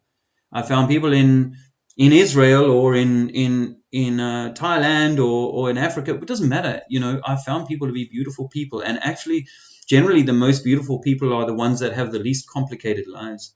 It's the complexity. The devil loves the detail, and that's why I've stood at Here's, the Western. I've stood here's at the Western Wall in Jerusalem, and you've got to respect the Jewish scholars, man, and they're there all day long, and they spend their entire life, studying and reading and arguing and hubbling and duddling. The devil loves the detail, and that's it's just like, oh my God, what what creator would have made such a confusion, such that it would be like so difficult, and so many wars and so many factions of Christianity, for example, that it would be, well, it's a complete mess. yeah, And but that's so exactly it. You said the author of confusion. That's not God. no, no, no. So this is why I say, there is so much good stuff in there, but where is the poison? The best kind of brainwashing is a brainwashing you don't know is there. And most people are not willing to say, wow, if in a world there are 5,000 different religions, and then the whole billion Chinese people believe none of it, by the way, should I Well, really be so sure that this is all she wrote? wait a minute though, because again, I can't believe anything that comes over the screens. However, I saw a video where they brought Bibles to Chinese people and they were so grateful because they were Christians in their mind and they never had it. So I don't know. Again, these aren't answers that you and I'll be able to figure out. But what I do feel is this. I think that we were given this gift of life and this gift of free will. And from that, we can choose what we want to do. And I believe God put us here as his children to have us flourish and prosper and enjoy Yes, life. And in return, yes, we could give him the love and friendship, the one gift that yes. we have that he could get. I used to say the only thing you can't give yourself is a hug. You can do this, but it doesn't feel the same. And Mm, so having that interconnection, that's the gift we can give back. And yeah. so I feel all of these things, these authors of confusion that are going on, is to once again divide us and fight each other instead of just taking a moment to step back and just say, let's just stop this. Because the people that are in control, they're only doing it because they've got us fighting each other and we don't actually see what's going on, and we think the enemy's next door, but it's really on a whole other level that we're not even looking at. And I just think all of these things are just ways to keep us. I don't. That's where I would like to offer you, my friend, some other thoughts, and that is that actually this is where I think we've given away the keys to our our kingdom, here. And in time, maybe it's 100 years or 1,000 years or whatever, I don't know. But in time, I accept that there is going to be a reckoning or a correction. But just like God said, as you said, the example of the helicopter and the boat and all those things that came. Well, I'm saying, like, maybe the things that are going on in the world right now are our kind of kick up the butt to say, hey, I'm giving you guys like a hand up to work some of this stuff out. If you can't see through the lies, if you're still hanging on to the beliefs that the lying system gave you, then that's going to be that may well end up being your kind of your tear. You might actually end up being, you hung on to something that you were given there, and it stopped you, it prevented you, because this is the thing. People say, why would they lie about the globe? Well, we know that it's a massively powerful tool for controlling you. It's a massively powerful tool for controlling you. So why would they lie about Jesus? Well, firstly, there's 5 billion people that, I don't question whether Jesus walked. I think that he walked, and I don't even want to, for me, it's almost like, why even get into that debate? Because it's something that you have to take as an article of faith. But that, that only 2 billion at best people on earth of the current crop of 7 billion would say, oh yeah, I take Jesus as my Lord and Savior, not God and myself. I take Jesus, this guy who's coming again, as my Lord and Savior. There's 2 billion people on earth that say that. Now, it's only when you're indoctrinated in a belief system that you'll say, well, my belief system, Muslim or whatever, is cannot be questioned. Even though you're dooming by saying, this is what my mother said, Dave. She said, she's 2011, Rich, she's dying, and she's saying to me, it was a dreadful way she died. Lou Gehrig's disease, you call it ALS in America, multiple MLS. She said, if you don't take Jesus as she tried all her life to get me to sort of convert or not convert, but to kind of to take this belief. She said, if you don't take it, then you won't see me in heaven. And you see, that's a trauma that was perpetrated on my mother when she was a child. Just in the same way as we were given the globe when we were children, we were also told that if we didn't do well and follow this belief system, then we would go to hell, and we would, all these sorts of terrible things that would happen to us. And I'm like, come on, man, that's like the Disclosure Project with their aliens and their asteroids, It's just there's a if you don't do this and if you don't follow that, if you don't, then you are going to hell. And if that isn't damaging to the nature of the root, we come back to the root of the person and their sanctity, their sacrum in this earth. If that doesn't damage it, then I don't know what else will. But I know for sure that they gave us the globe, and we believe it because they gave it to us when we were 5. They gave us everything else, the religions, around about the same time, because your family are doing their best. They are just passing on their belief system to you. And you know what? And I feel that, once again, in my particular way of figuring this out, I feel that's why I'm able to have discussions with people that maybe don't necessarily agree the way I do, because not having a Bible or Jesus in my life, I came across this organically. You know what I mean? I didn't have someone telling me you have to read this or you're going to hell. I didn't have someone saying you need to find Jesus as the only way through this world that we live in. I didn't have anyone tell me that.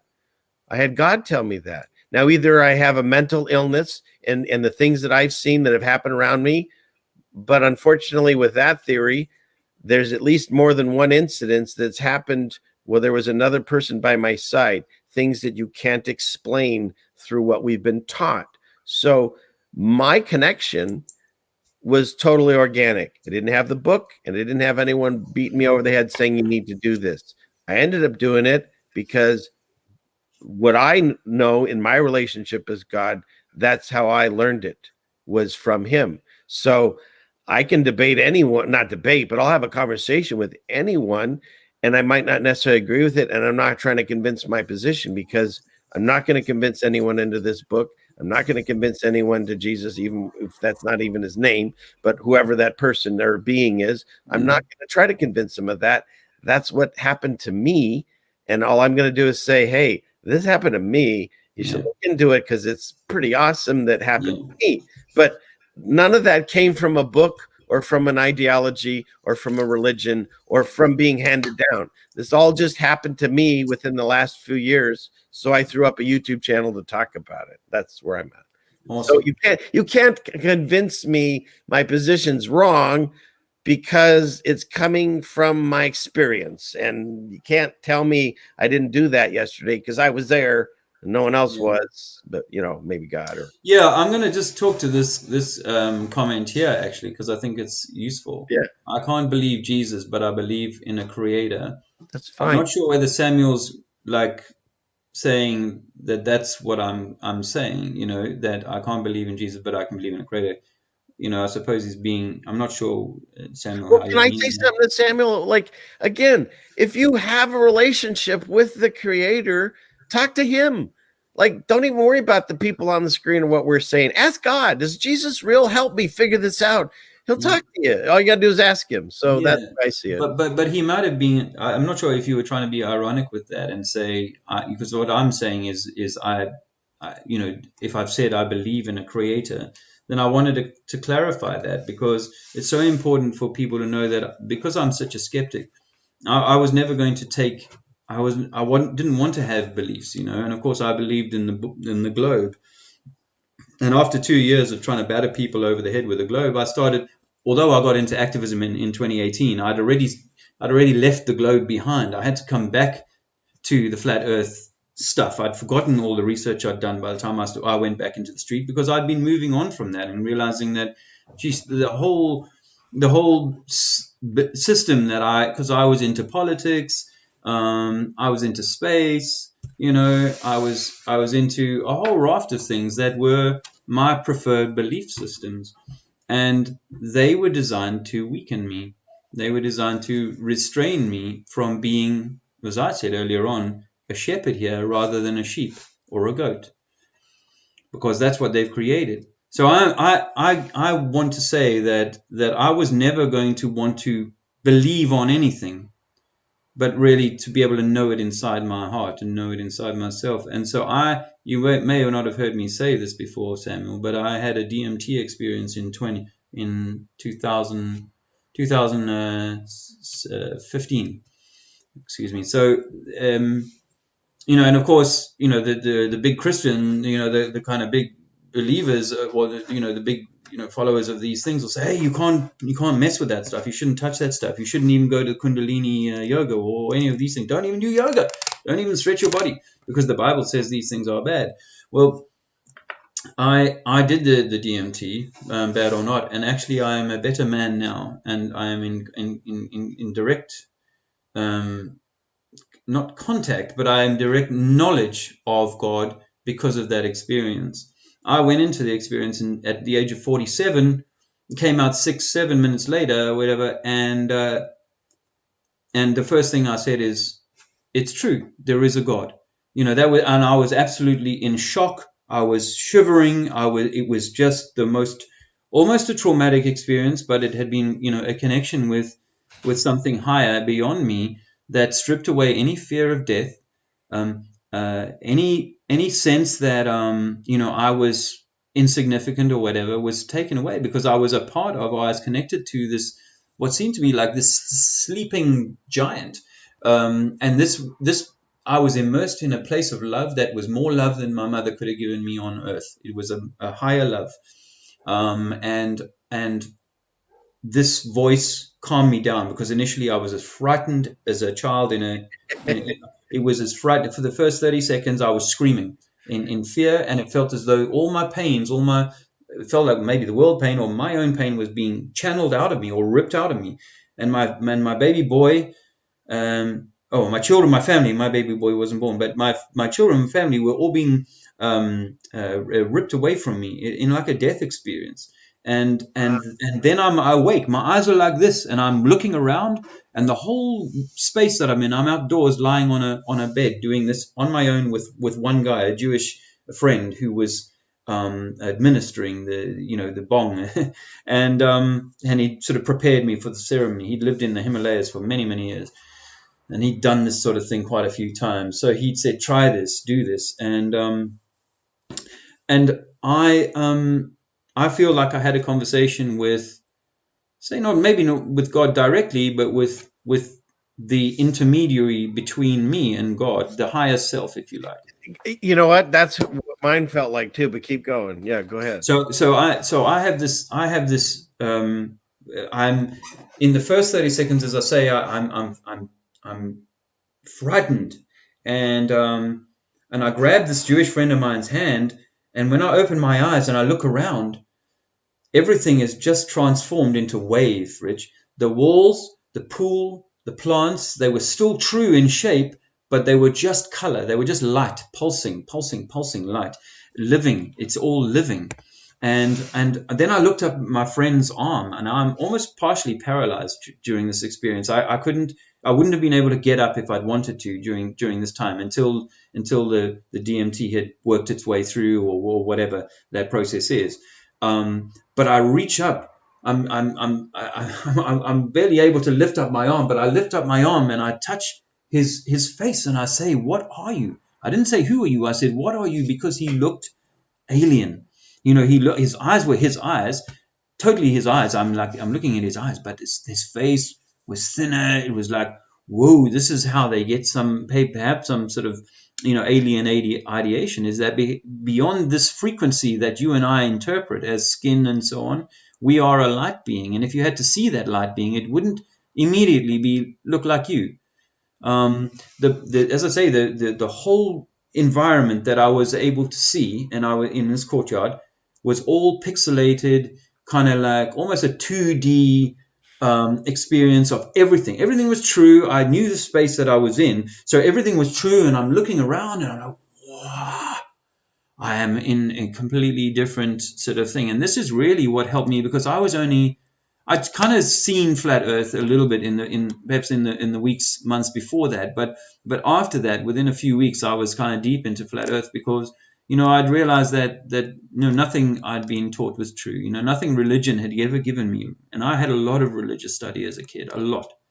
I still have a Bible that I was given as a prize when I was young, but nothing in religion had ever given me or prepared me for this knowledge, for this insight. Yeah. You see, so I know that religion was working against you. It was trying to hide this experience. Isn't that fascinating? Because the world we live in is all backwards. Religion is trying to keep you away from the thing that you're supposed to think they're helping you with. Absolutely. So this is why I say, one, I know that there's God. I don't have to believe there's God. I know that I am. There's some. I interviewed Amor the other night, and I really find his teachings attractive, because there are things that I've thought over the years, but have found too too hard to kind of grasp in the indoctrination pool that I come from. But this idea that we might be the direct expression of God. There might be a hierarchy. As I said, I felt like I was connected. I've never said I was talking to God. I felt like I was talking to someone in between me and God when I was on the DMT. So I think that the hierarchy exists outside of the material world that we're in, but it's a direct link to God. So for me to now say I am going to subject myself to another man who walked here because of a book that has been given to me by a set of deceivers. From that book, how do you know that isn't who you were talking to? You said there was an in-between mediator between you and the Creator. That would be because I knew it was me. The highest, the being that was lying there is no, but me. You were talking to an intermediator, you said. Yes. That's yeah. I didn't feel I was talking directly to the face of God. I don't think I could have handled it. Maybe I could have, but I don't believe I could. So he didn't allow that to happen, I believe. Yeah. I was talking to an in-between mediator like Yeah. you. Now, some people call him Jesus. Some people maybe call him something else because the name is wrong. We know that. So you're basically describing the same person or being or whatever that I talked to. And so we're on the same So page, even if we do yeah. it differently. Well, can I tell you what I always felt like in the time was that it was me that was lying there, actually, Rich. It was me that was lying on a slab. Not slab's not maybe the right term, but just lying there peacefully with a big smile on his face, and that was me at a higher level. Now, But maybe that's what you wanted to see. See, like that movie, It, or the book I read, maybe, the monster in it maybe. was every monster in the world. Whatever your fear was, I think they did it again. I didn't watch it, but it's supposedly Bird Box, same thing. Whatever your fear was, that came to you. So I can't, if we're in the upside down world, whatever God is, what you perceive it to be, if you want to talk to not Jesus, but you want to talk to a higher version of yourself, then he'll make it look like that. So again, I think you're still talking about the same thing I am. I just learned mine through this teaching. My name I use is Jesus. But again, some people go Yahweh, Yahshua. I get it. I don't care about the names. I care about the essence. And you sounds like you were doing the same kind of experience that I did, talking to this intermediator, knowing that he represented the creator, but feeling like, wow, I'm barely worthy to talk to this person. I don't think I could handle this, you know. Yeah. I mean, okay. I mean, I've never wanted to say that I was having a direct communication with God. Whether I was or wasn't is of course, always going to be an unknown. But I didn't think that, and I've never wanted to overstate the encounter. To try and say, oh yeah, I was having a direct communication with God. I think people who do the DMT sort of as a practice, they might be able to reach. They talk about reaching deeper in, going into deeper rooms, and so on, or deeper into it. So there is people who do say they've had a communication with God. So as I say, I mean, yes, you could say that this is how I like to perceive it, but I learned more truth in those 5 or 6 minutes than I had in all of my life up until that point. And I'll throw one more thing at you, Dave, because I know that you used DMT that you felt was able to release you to this plane where you could do these things and see these things, right? I never knew about it. I actually didn't. When I went in, I wasn't expecting it, by the way. So there was no I think people have told me what's happened. I didn't know about DMT. I'd never heard of it. And I went in there absolutely green. So there was no ideation of this is what I'm hoping to see. I went in a complete, as I said, atheist or agnostic, if you like, but completely not having watched videos of people talking about their experiences and so on. I was green, man. So what I saw for me was like the most real thing that I have had, the most real experience that I've had in my entire life was those 5 minutes. And the most knowledge that I gained in my life was in those 5 minutes. And I came back out of that. Second thing I said is that every 16-year-old should be offered this as a way of seeing the truth of who they are. And then I realized that what was all I'm going to say on this? Sorry, I lost my thread there, Rich. It happens, isn't that wild? I know. Yeah, but no, for me it was a most profound thing. Oh yeah. And so I said afterwards is that, well, I have to go and learn everything again because I knew nothing. Seriously, friends, I knew nothing. And if you haven't had this experience or you can't understand what I'm saying, but imagine that, I'm a pretty intelligent guy. I've published a book by this point. I've raised some children and all this sort of thing, work for the government, whatever. I thought I kind of had a handle on things. When I came back from that, Rich, I said, I know nothing. I knew, so for me, I have, I haven't sought to over egg the experience. In fact, words that I use will never ever come close to expressing the true, extent of the beauty of it, the love of it, the intensity of it, the completeness of it. it was why I think when you see people die, often they'll die with a smile on their face because they're already part way there. The DMT experience occurs when you die. And they say the pineal gland empties and so on, but so the DMT experience and the transfer over is occurring as your body is dying. That's why I call it a near-death experience. And the connection that I had to the higher self was so clear that for years I've been speculating on how this world is formulated with that experience in mind. Now remember, this is not, if you haven't done this is not like taking acid or LSD or mushrooms in the way that you might have some kind of psychedelic woo, and I've had some good ones, particularly in America. But this is me kind of connecting to I believe my higher self. And I started to speculate whether here on Earth we're not at the bottom of the pyramid where there's a lot of little people running around.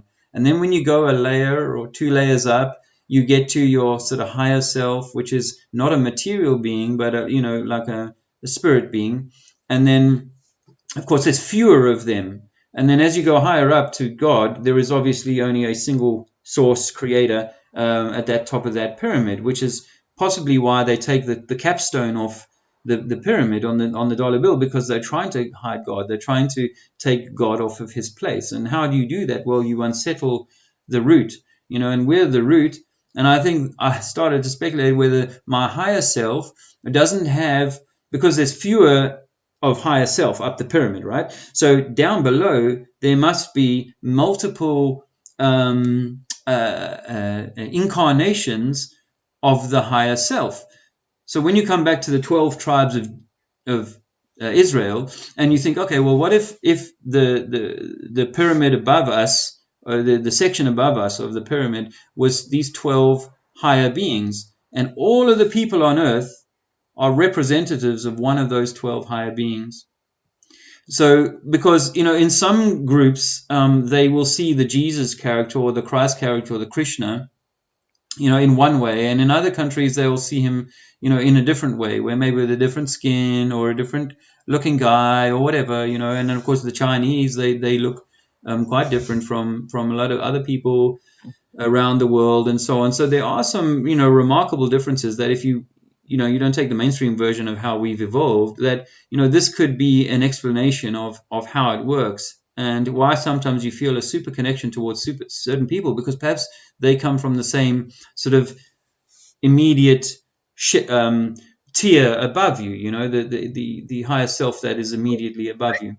I honestly feel that there's truth in everything, because we've all had different experiences and we're picking out different things how we see it. But here's the one thing I will tell you. I understand that you started your path with DMT.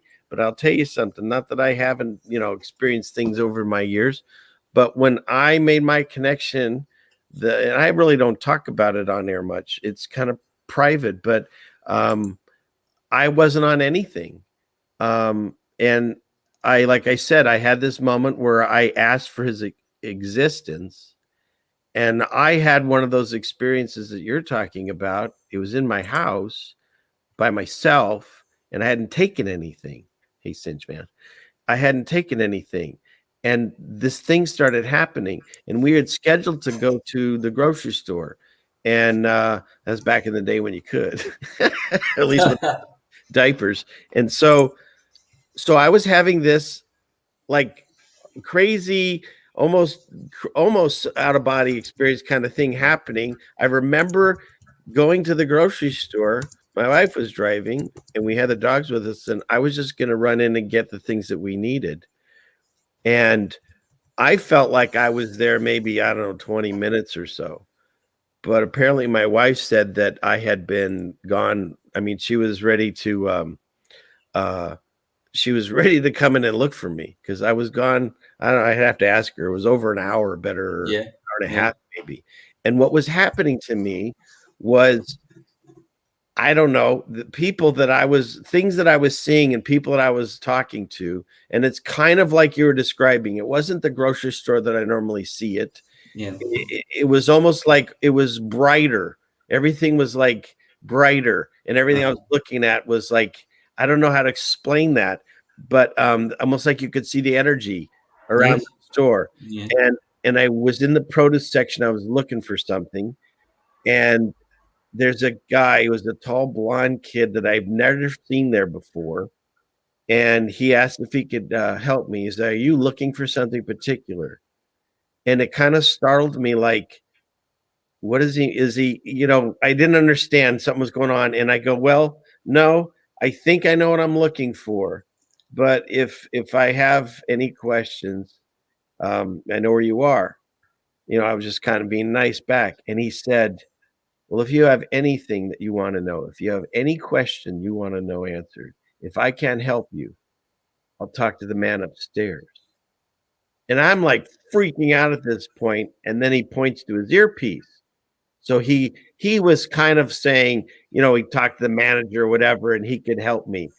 But I don't know how to describe it, Dave. The experience I was having, I felt at that exact moment I could ask him anything, Mm. and God would tell me exactly the answer. Mm. And it scared the shit out of me. And I go, okay, thank you. And I went on.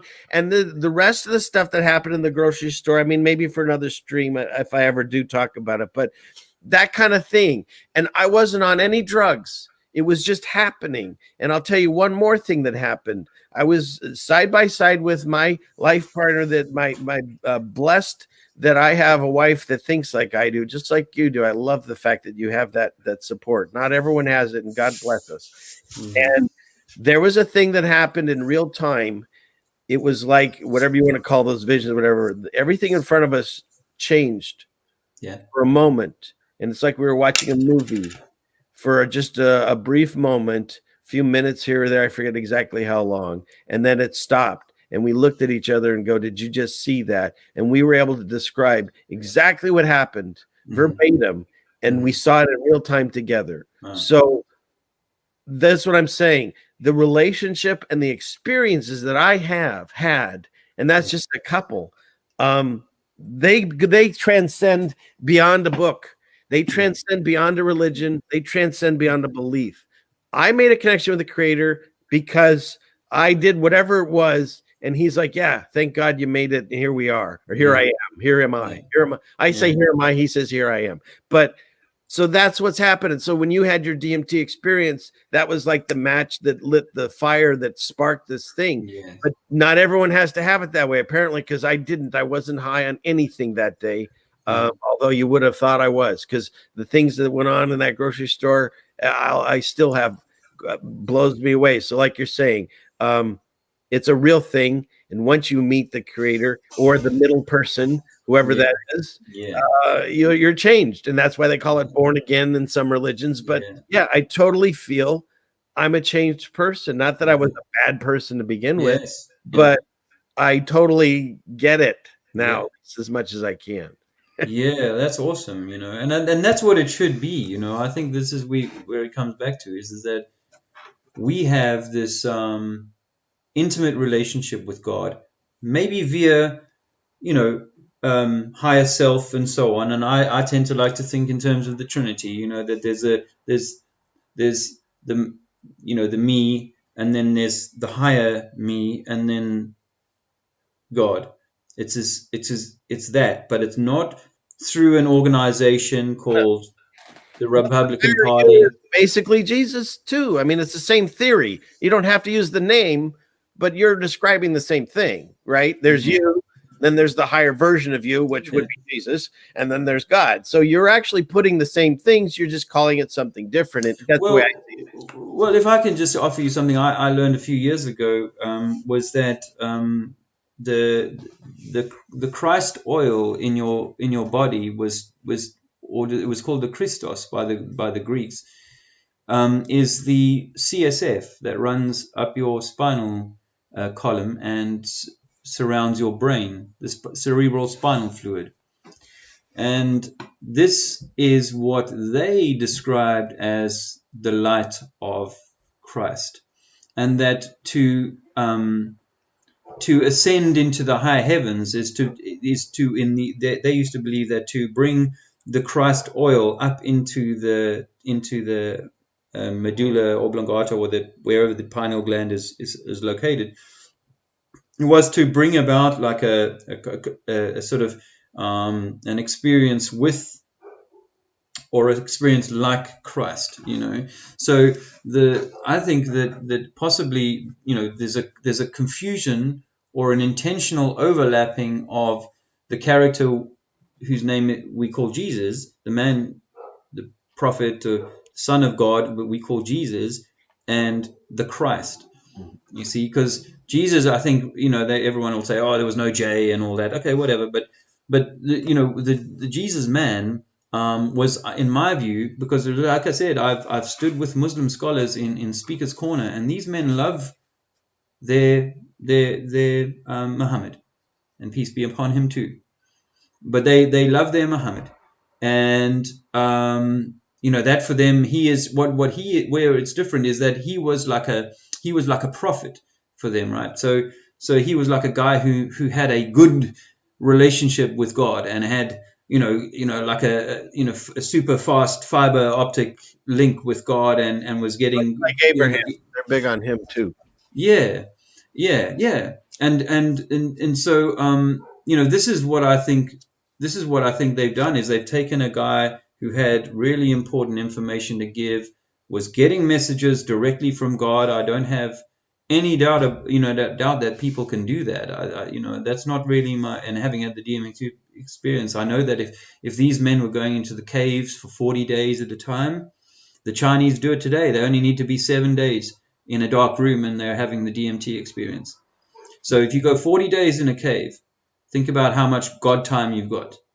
You see, so this is what I think they were doing. It was they were reaching or channeling into to God's message or receiving that, and then giving that out. I got no argument with that. But let 2,000 years pass. Kings, queens, popes, people who are operating out of the lower energy areas, wanting to control, out of fear. I mean, think about those Christians who would say, "Oh, no. You're not allowed to wear this clothing. On this day, you're not allowed to eat this food. On that day, you can't do this. On this, this, and the rest. You have to circumcise your penis." I know people who say you have to circumcise the penis because God asked you to do it. See, my whole thinking and all that garbage has changed, because if God created a perfect body, why are we chopping out pieces, right? Why? Oh, the appendix. Oh, that's extra. Oh, that foreskin. You don't need that. You ain't got some of these teeth. Come on. Why would he do that? Why would he create a system that's not perfect when everything else he created is perfect? So no. The Vatican are very much proponents of the foreskin removal, right? You know that. Oh, I'm saying, to me, that's totally been added. That's the grabbled part when they start discussing it. Because the one time I read about, they had a fight, or no, it was let's see, it was someone they defiled their sister, and so they said, "Hey, we want to take her in marriage, and just let us marry your people." And so supposedly this whatever tribe Israel was, they're like, "Okay, but you guys got to cut your penis things off, and then we'll allow you to do it." So then they supposedly all did it, and then they came in and killed everyone because they were all sore in their pants and they couldn't fight. Now, I don't know about that story. Some of the stories are like, what am I supposed to learn from this one? So again, meat and bones. If that one doesn't resonate with me, I don't necessarily need it. I'll read it and maybe I'll come back to it and it'll mean something. That's some of the stories. When I read it later, I'm like, oh, that's what you meant when you said the thing, and I get it now. So why that happens, I don't know. But to me, it doesn't sound like something God would tell you to do. It sounds like it's coming from man. Because again, why would God make a perfect body and then say, oh yeah, when you get to this age, you need to lose that and this and that and the other? No, I don't. I think that's all. But I say so, Rich, and that comes down from the Vicar of Christ, right? The Pope calls himself the Vicar of Christ. Now we understand that the root of the word vicar is vicarious. And we understand that vicarious means that I'm going to live my life through you. Mm-hmm. So what if I'm giving away my Christ to the vicarious of Christ? You see, so I for me, it's like, wow. So on one hand, you've got this organization that does all these terrible things to young boys, aside from the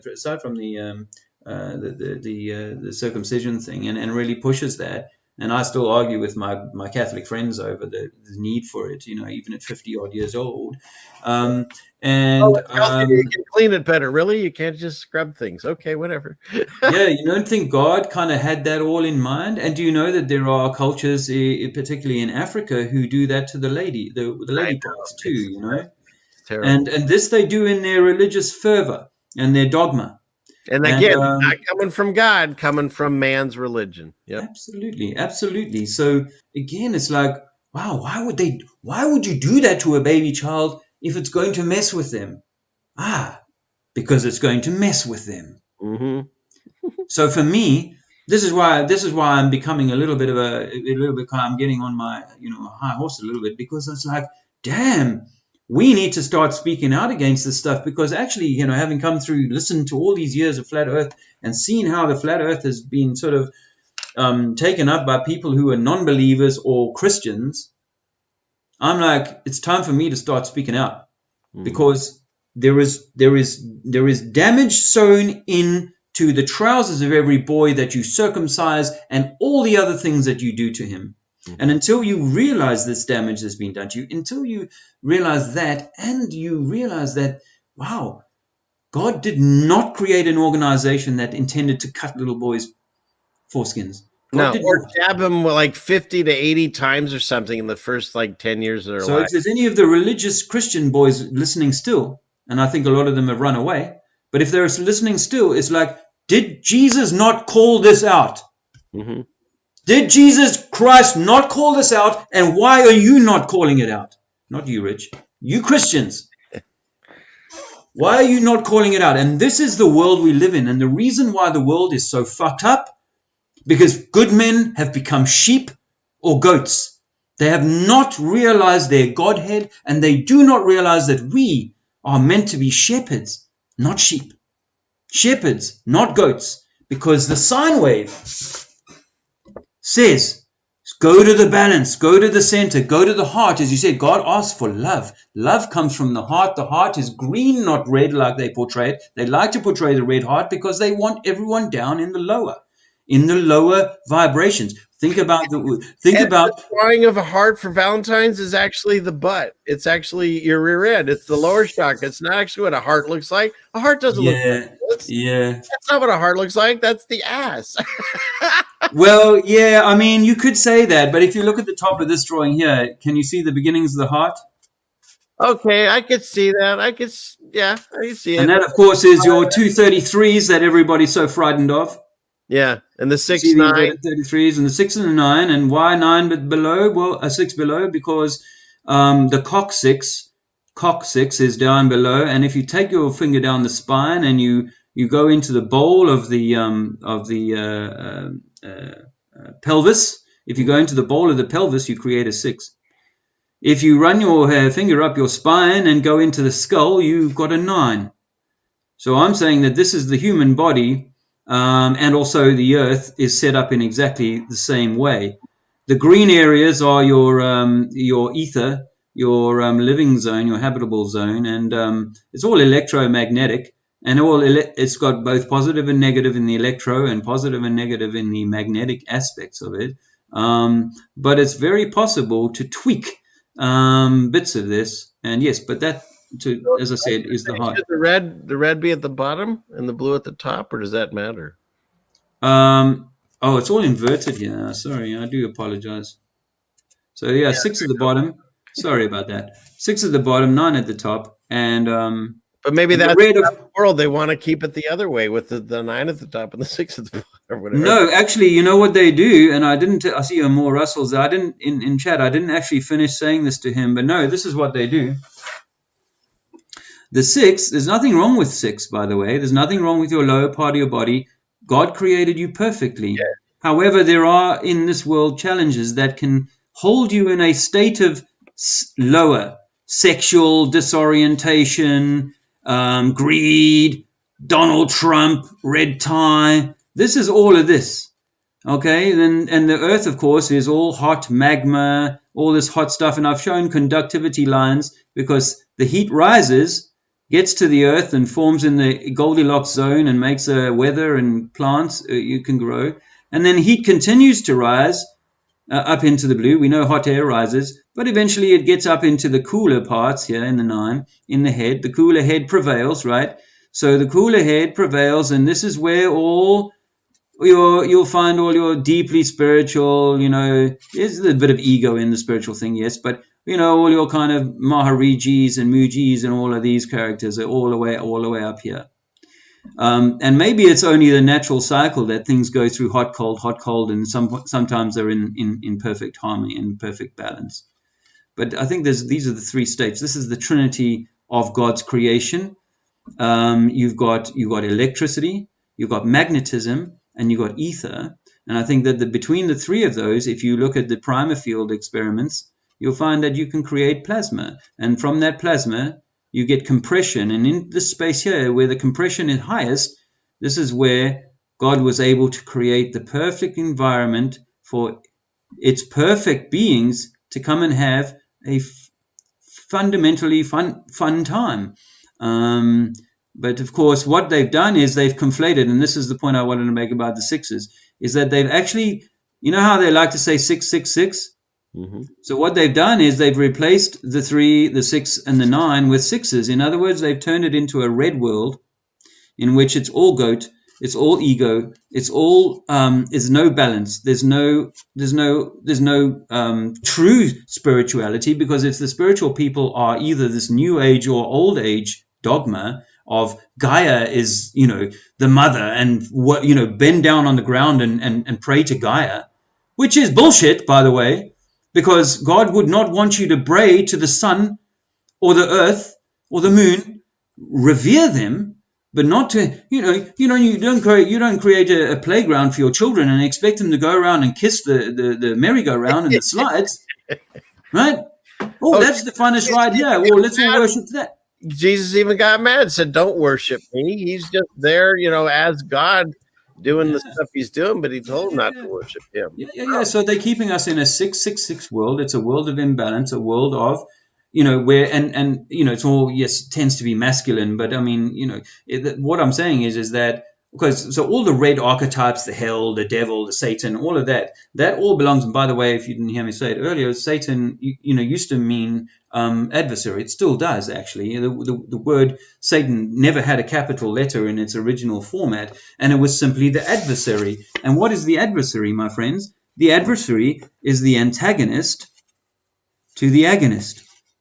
So this is just a push-pull, blue and red. And by the way, when you look at this, you realize, if you've ever looked at a modern day depiction or a heart scanner, like we had them done when Alexander was born, we had some, because Andrea was older, they put some really high-tech gear on her, and actually you see the heart pumping blue and red, and they say, oh, we're just showing it up as blue and red. Well, the whole of your body works in blue and red. Mm-hmm. When the blood comes out of your arteries into the muscles, it's depicted blue, and that's to do with its electrical charge.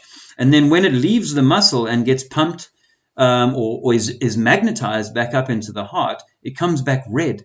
You see that?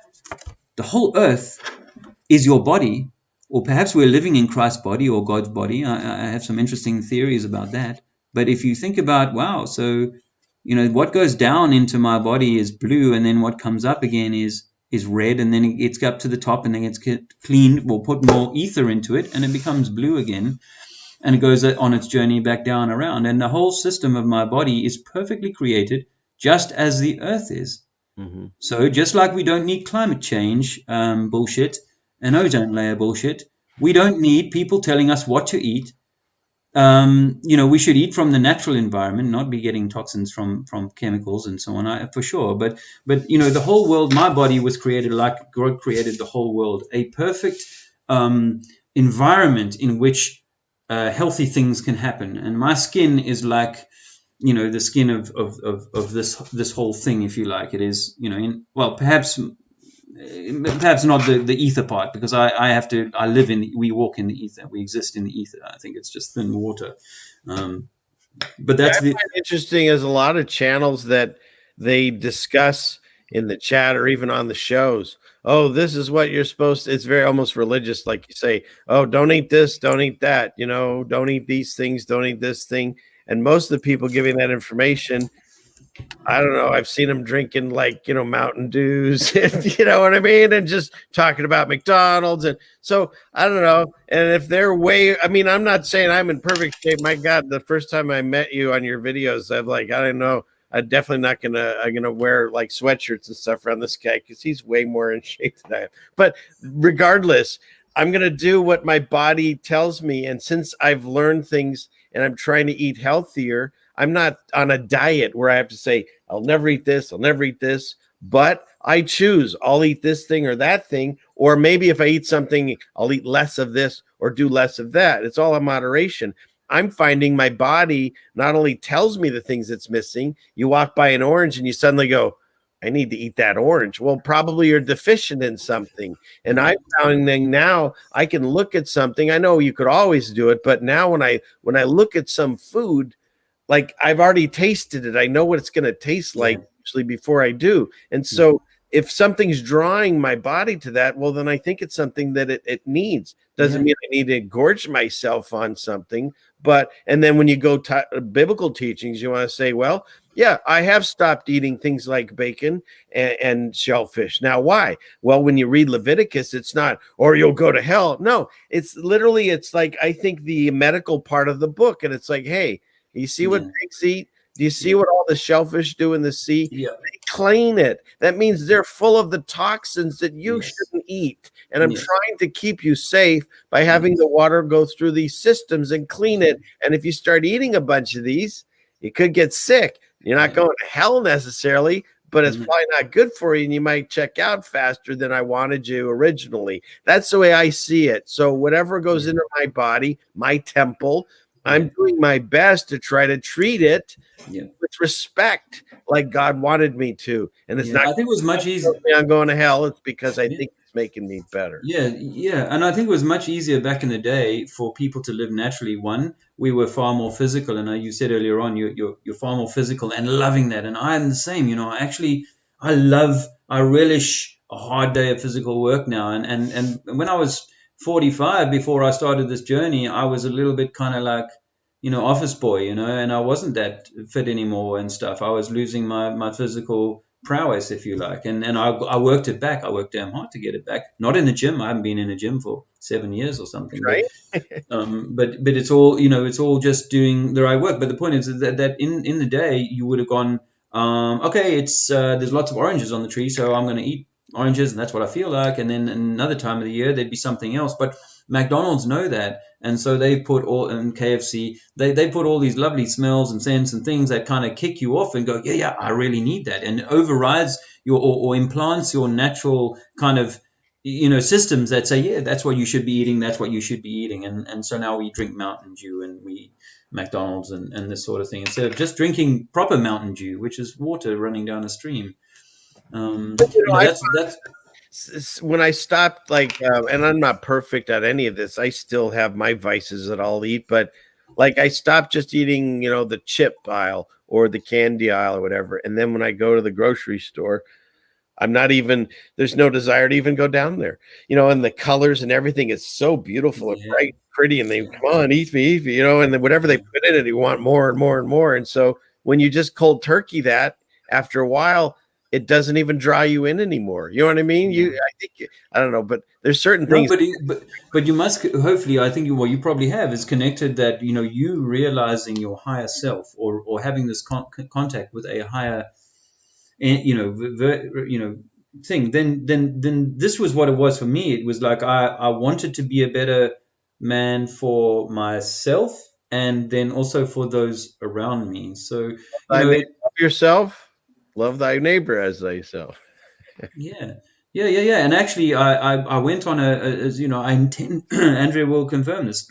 I intentionally said, I've got to do a lot more in my neighborhood. And I started walking around my neighborhood, getting to know people, and established one or two really good friendships, particularly with this old lady. People who've been subscribers for a while will have used to seen me sometimes going out with this old lady. She's got bad dementia, and her family asked me, with the flu thing, they asked me to stop going around to see her. Not that I've been in London much over the last year, but So I intended to go out and be a better man for myself and so on. And it's not perfect. I still have had down times where I've been like really glum and turned to the chocolate and hit it pretty damn hard. I mean, That's I can one do of I could do 200 grams without even blinking, man. ice I'm cream. God, when the day I can't get ice cream, that's yeah. and this is, but you see, now remember, if God can't taste anything, if God can't enjoy the five primary senses that we have here, then I feel like God set this up so that we could come and enjoy those things. It is the problem when gluttony sets in, but this is when you're out of balance. This is when you're in sin or out of sine wave But alignment. you know what? We've given up a lot of things because of convenience. Just me talking to you this way. Maybe there was a way we could communicate before this beast machines came out. I don't know. And you can go to the store and in 20 minutes you can get an entire grocery full of things and come home and make dinner. Or you can grow that food, you can make that bread. If you have chickens, you can cook those eggs. You have to do it yourself, Yes. and it takes time, and it's not easy, but you're way more fulfilled, I think, when you're done, and the product you're putting is way healthier. That's Not right. to say though, if you went to some restaurant, you can walk right out with a pre-made sandwich. So we've convenienced ourselves to the point to where we've lost that higher self. We've lost that connection to God.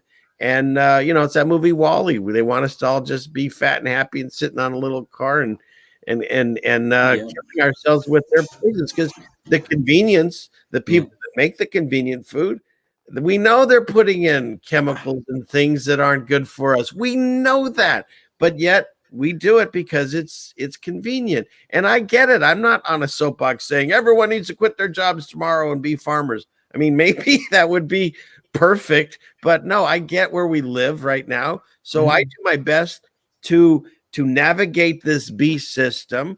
And as God say, stay out of Babylon. I stay out of it as much as possible and try not to give it any reasons to mess with me, because it wants to every day of your life. And that's the way I see it.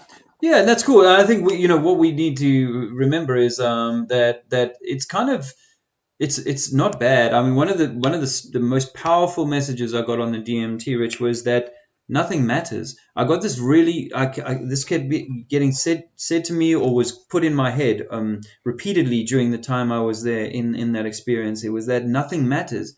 And I came back home because I was in Johannesburg on a book tour, and I came back home to Andrea and said this. I said, honey, nothing here matters. And she was really upset with me about that. And and I was like, I wasn't meaning in like the dismissive way. I can just go and kick the dog or whatever. I wasn't meaning it like that. Or it never came to me like that. It was more like, don't worry.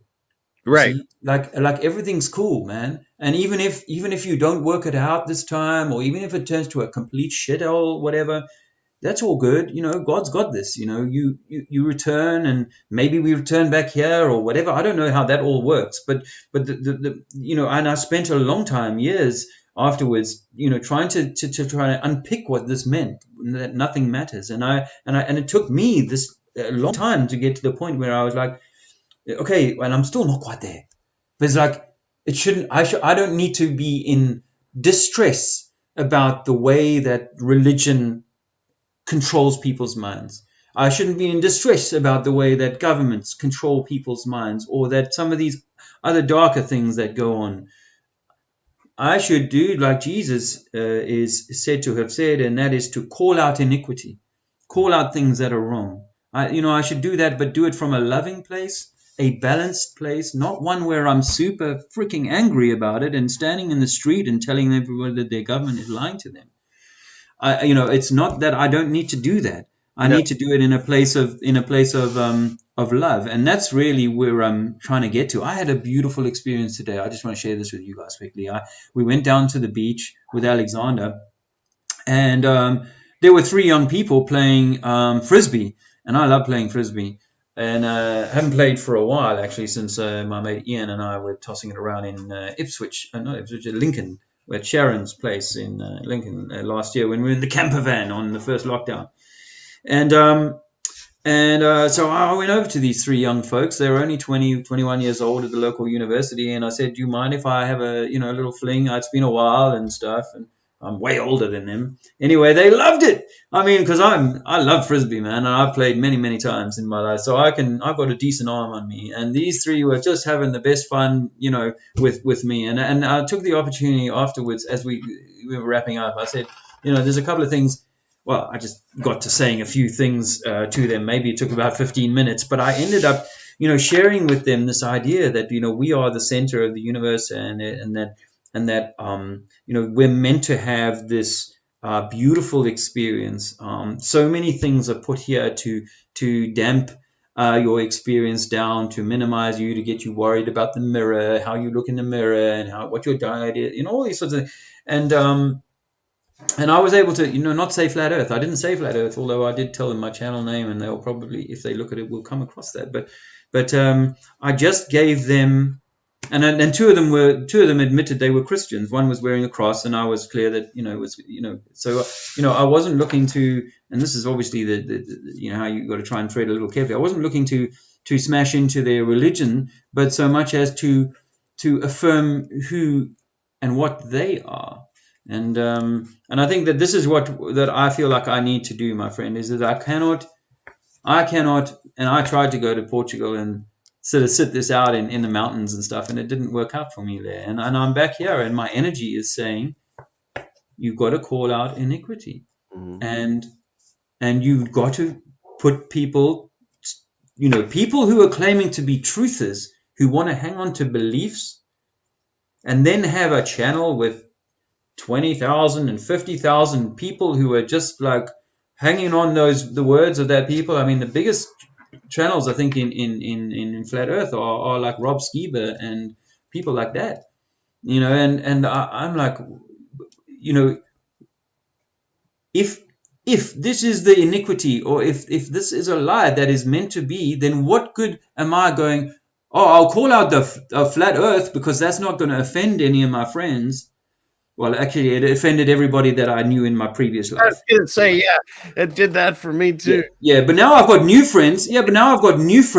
Because most of my old friends left, and I'm sort of building myself up again. And so many of the people that I've come across in Flat Earth are so egocentric in their own kind of thing. It's like the ego was damaged by when we stabbed ourselves in the foot, when we were the ego was damaged when we went into school and got told that we were monkeys on a spinning ball that just happened to be here by lucky happenstance. That fucks your mind up, and that gets your ego into a certain place. Why? The people who run this place know that. They want your ego in that place because they can use that ego to get you to be a bastard in the boardroom, or to be a slave, or to whatever. So it is my that's why I just want to, I guess I want to start talking more about this, and in a way be at peace and at love with the consequences of that. As Jesus said, turn the other cheek. People will piss on you if you upset their little idol. You will. That's what Jesus said. Take no idols. Yeah, that's the other thing too. It's funny because true, whatever. I hate the words, but Christianity, if you read the scriptures, he says exactly that. God says, no idols before me. That's why even Jesus says, don't pray to me, pray to God. The first three commandments are all about there's only one God. Okay. Yeah. It's like he really wants to hammer that home. Why? Yeah. Because for our entire existence, we keep forgetting he's there. So he's like, okay, if these are real, I'm going to make 10 commandments. The first three of them are to remind you that I'm here. It's almost like that is the way I see it. And so, this whole thing where, flat Earth is like, that's it. And let's just only talk about this for the rest of the year. No, there's way more to our existence. Absolutely. And Absolutely. God put us here. He wants us to be happy. So when we say, don't eat this, don't eat that, or whatever. Okay, look. Do some stuff to make you happy. Because if you're just sitting here miserable, shaking in fear, watching these channels going, the world's falling apart and I'm waiting for Jesus, that's not what he wants. He doesn't want us cowering in a corner waiting for God to come back. No, go out and enjoy your life. Your life is the Yes. gift. Yes. The destination of your life Yes. is death, right? That's why they Yes. say, enjoy the life, not the destination, because Yes. you know where you're going. So Yes. enjoy your time here and know that only God can create and only God can kill you. So as long as you're in his favor, you're going to live the life until it's time for you to check out, because Okay. he's already got your expiration date. And now that I know God, and he says, fear nothing more than anything in the Bible but him, that doesn't mean fear God because he's going to smite you. No, that means I'm your father. I put a dome over you. You're protected. Nothing can hurt you. These men that are trying to cause these, don't fear them. I'm Yes. above it. Don't worry about them. That's what he's saying. Fear nothing but God. And once you get that in your head, your heart, your gut, your groin, wherever it goes, Mhm. it takes away the fear of death. I'm not saying I'm looking forward to it. I got a lot to do probably, but I do know this: the day I check out, that means he thinks whatever it is I was supposed to accomplish, I'm done. And so great. So when I check out, it means A, I finished whatever it was I was supposed to do, and B, hopefully I get to see him. So yeah, the fear of death goes away when you make this connection. So that's what. Yeah, the fear of death and the fear of man-made structures, and this is really we know about the birth certificate. We know the birth certificate is a scam, Mhm. and it's designed to create a legal fiction that they can manipulate, because they can't really manipulate God's true children or creation here. There's a So, beautiful thing you got so on there that Wayne wrote. That's really nice. thank you. Yeah. So I think this is a truth that they don't really want us having, because honestly, I've been around religious people all of my life, or much of my life. I've had many people, because I am a pretty decent dude before all of this. People would warm to me, and they would go, "Hey, man, and what do what about this and what about that in terms of religion and taking all of this?" And then I find out all of this stuff that's been lied to me. And then after all of that, I got people who've gone through the flat earth, the Trump thing, the 9/11 thing, the you name it thing. They've come through all of this, and then they're still saying exactly the same stuff that was said to me 20, 30, 40 years ago. It's like, well, so you mean they did all of those things, the globe and the Trump and the this and that, they did all of that, and they got, but they told you the absolute truth at the beginning. And so what I see now is that in the world today, there are unfortunately very few people who are yet at the point of realization that the machinery, the veil, or the illusion that's been plastered around us is a trick. There's very few people, Rich, who can see that in the world today. Yeah. And then of those few people, some of them are still, many of them are still following the Pied Pipers of the Q and the this and the that, and I'm like, this is what is got to be called out, because if It we almost seems to me that maybe they hit a level. Now, some obviously there's some tears that have been stuck in here. And so there's some people that are here to specifically deceive, but there's other people that they got to a level and they got stuck and they kind of became maybe their own gatekeepers and they think this is it. This was the big lie. But like you said, there's so many big lies. I mean, I'm waiting this Granani nonsense. I'm bored with it. It's like enough already, right? They went back and forth because we can only as little peons think of one fear mongering thing at a time, right? So first North Korea was going to kill us, right? Then it was China was going to kill us. Then there was the Granani started, and then you had riots, and then they went back to the Granani, then they went back to the riots, and now they're back to the mad and all. So I'm waiting for the alien invasion because they keep telling us it's coming. I think this year, supposedly, right? They said they're going to release all the documents. Part of the Granani stimulus bill was you have to release all things on aliens by I think June. Like, why? No one questions why that's in the Granani bill. You know what I mean? And I call it that because you can't say certain words on YouTube, but they take your streams down. But it's like, why is that in the bill, right? Why did all this money go to the Middle East if it was supposed to help the United States? Like, none of it makes sense, but no one cares. They slap on their things and they just wait for the government to tell them it's safe to go back outside. So, yeah, they're all big deceptions, every one of them. And some people are just stuck, maybe out of fear. Maybe they don't want to go to the next level because sometimes it's scary. You know, I don't know how you feel about the Mandela effect. When I woke up to that, it scared the shit out of me for like 3 days. And then I'm out of it now. I get it. Like all those things that are happening, the supernatural changes, none of it affect me, just like politics. My life will never change. It'll just go on whatever I make of it. And then I use the supernatural changes and the Mandela effect things to remind me we live in this weird spiritual world that you and I both experience. And that's why I see that. Yeah, I think Mandela effect might be how they hide mud floods, but you know, I'm not deeply Mandela affected. But I felt like after my last chat with you, I felt afterwards I was like, damn, I didn't give you enough props for what you were looking at with the Donald Trump disappearing. You know why? Because for me, and I'm sorry that I didn't, but for me, Rich, I battered the hell out of all of this stuff in 2015, 2016, and then by the time mid 2017, when Alexander came along, I'd exhausted myself with the amount of research that I'd done, and I was doing, honestly, because I didn't work for maybe nearly 2 years, a year and a half, and all I did for 15 hours a day was research stuff, you know, and I became a library of stuff that most people, don't know. Many people don't know. So for me,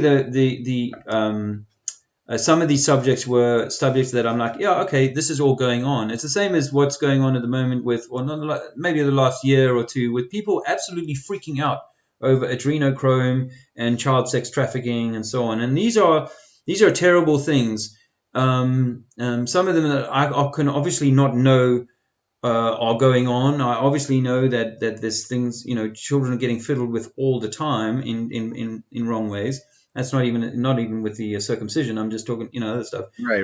And so for me, it's like, do I continue to pull myself out of balance by trying to chase their rabbits, or do I kind of come to a realization that yes, this game is it's a complete, almost like like some people say simulation theory. I'm not saying that we're a simulation. I think we're as real gets, but with what's being placed around us is like a simulation of real. Yeah. It's nothing like natural. So for me, I think it's right, and I don't knock people everyone's on their own journey at their own time. So for people to come through this stuff and spend the time coming to terms with it and so on, I think that's an essential part of coming through this and facing the beast and realizing what it does and what it's capable of doing, and how much of all of it is just a complete theater trick. But I wanted to but you know what about that? You can lead a horse to water, you can't make him drink. You can't tell someone to stop smoke. You can't tell someone to do something. They have to want it for themselves. You can give that information out there. You can teach it to them, but you can't learn it for them. That was Huckleberry Finn. It's easier to fool a man than it is to convince him he's been fooled. Absolutely. I love that one. So I just wanted to go back on to something I've been thinking about today, was actually that or yesterday, I realized that we always talk about the mark of the beast, right? And then everybody says, mask of the beast, and then they dismiss it straight away because it's like, yeah, but they're going to wear it on the forehead, right? The mark of the beast is going to be on the forehead. This is what most people will say. And then I started to look into the word forehead. Where does the word forehead come in? And for me, forehead is this. Before you had the word face. Mm-hmm. Face isn't a very old word. And so you would have only had head, forehead, and backhead. So the fact that we're wearing a mask on our forehead, our front head, is for me one of the best symbols that we're already cuckolded by this beast system. Mm-hmm. Then I wanted to say that I think that this is the alien invasion, because have you seen the little pictures they depict of these little coronas? They're the virus. This may well be, because I think the Disclosure Project is obviously just it's a disinfo program. Although 7 years ago I was like let me see more. But so I'm starting to wonder whether the alien invasion was, because aliens were always invisible. Aliens are always out there. Now we're under an invisible threat. We're at war with an invisible enemy that isn't alien, and they are talking about mutants. This is mutant strains and all this. It all has that kind of alien thing. So Werner von Braun's secretary saying they're going to do an alien invasion. Well, the timeline is it's not out of the ordinary. know that aliens aren't coming from outer space. They're already here, whatever that is, you know. Yeah. So yeah, it's And they're within you, you know, in a sense it's something that's, you know, within you. So yeah, well, and, you and know, as far as that whole thing, I guess we're getting on 2.5 hours, so we're yeah, getting it's almost time to wrap up. Hey friends. okay. So real quick, the one thing that you mentioned again, coming through the Q thing and realizing, you know, that was the psyop. But again, there's the information. Like I never got an Alex Jones. Some people got a lot of information out of him. I couldn't take his voice, and he was pretty much already done when I showed up. I've only been doing whatever I'm done for a few years now, and so it's like, what I believe is if this whole thing does exist, the pineal gland and the ether. So what if, yeah, okay, maybe you can get someone and crack their head open and eat their little pineal gland and you get a high from it, but it's a one-shot deal.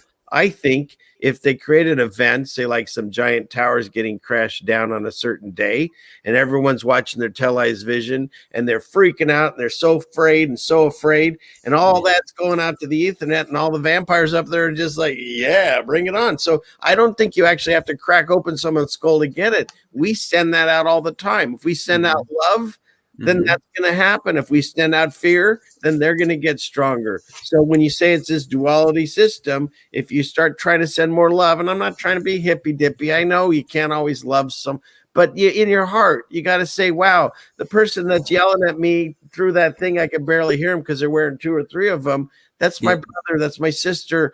And they're part of me. They're not from the beast system, but they're being affected, and now it's being used against me. And so you do your best to just not hate the sinner. You hate the sin, kind of thing. Yeah. So what I was saying about this being a 666 system, you know, I know everyone knows that 666 is also the carbon, neutron, proton, electron on the periodic table, but actually, if I can use your electric energy, because if you think that you're living here, you and 7 other billion people are living here, we're all little conductors, little batteries walking around on this. And so if I can drain your battery, or get your battery to be spending its time, or, you know, through events, through making you feel shit, getting you to spend your time in this area more than, say, in the neutral, or maybe in this area. I'll get into the new age actually quickly, just to say that, so this is what I think they've been doing for the last 1,000 years, is they've been holding us in a red 666 instead of 3, 6, and 9 system, and they've been trying to keep our energy low, fuck us up, tax us to death, all that sort of shit. Then what they're going to do is they're going to, through the new age movement, is they're going to do a pole shift and flip the 6 to the 9. Of course, when the whole pole shifts, actually the 9 becomes a 6 and the 6 becomes a 9 anyway. But I'm thinking that what they're trying to do now is take everybody into a sort of realm of spirituality, which is sort of, again, out of sign balance. It's out of the sine waves. So they might be moving us into a 999 world in the future. I think that's in the UK. Well, you guys got 911 or 999. In the UK, it's 999, the emergency phone number.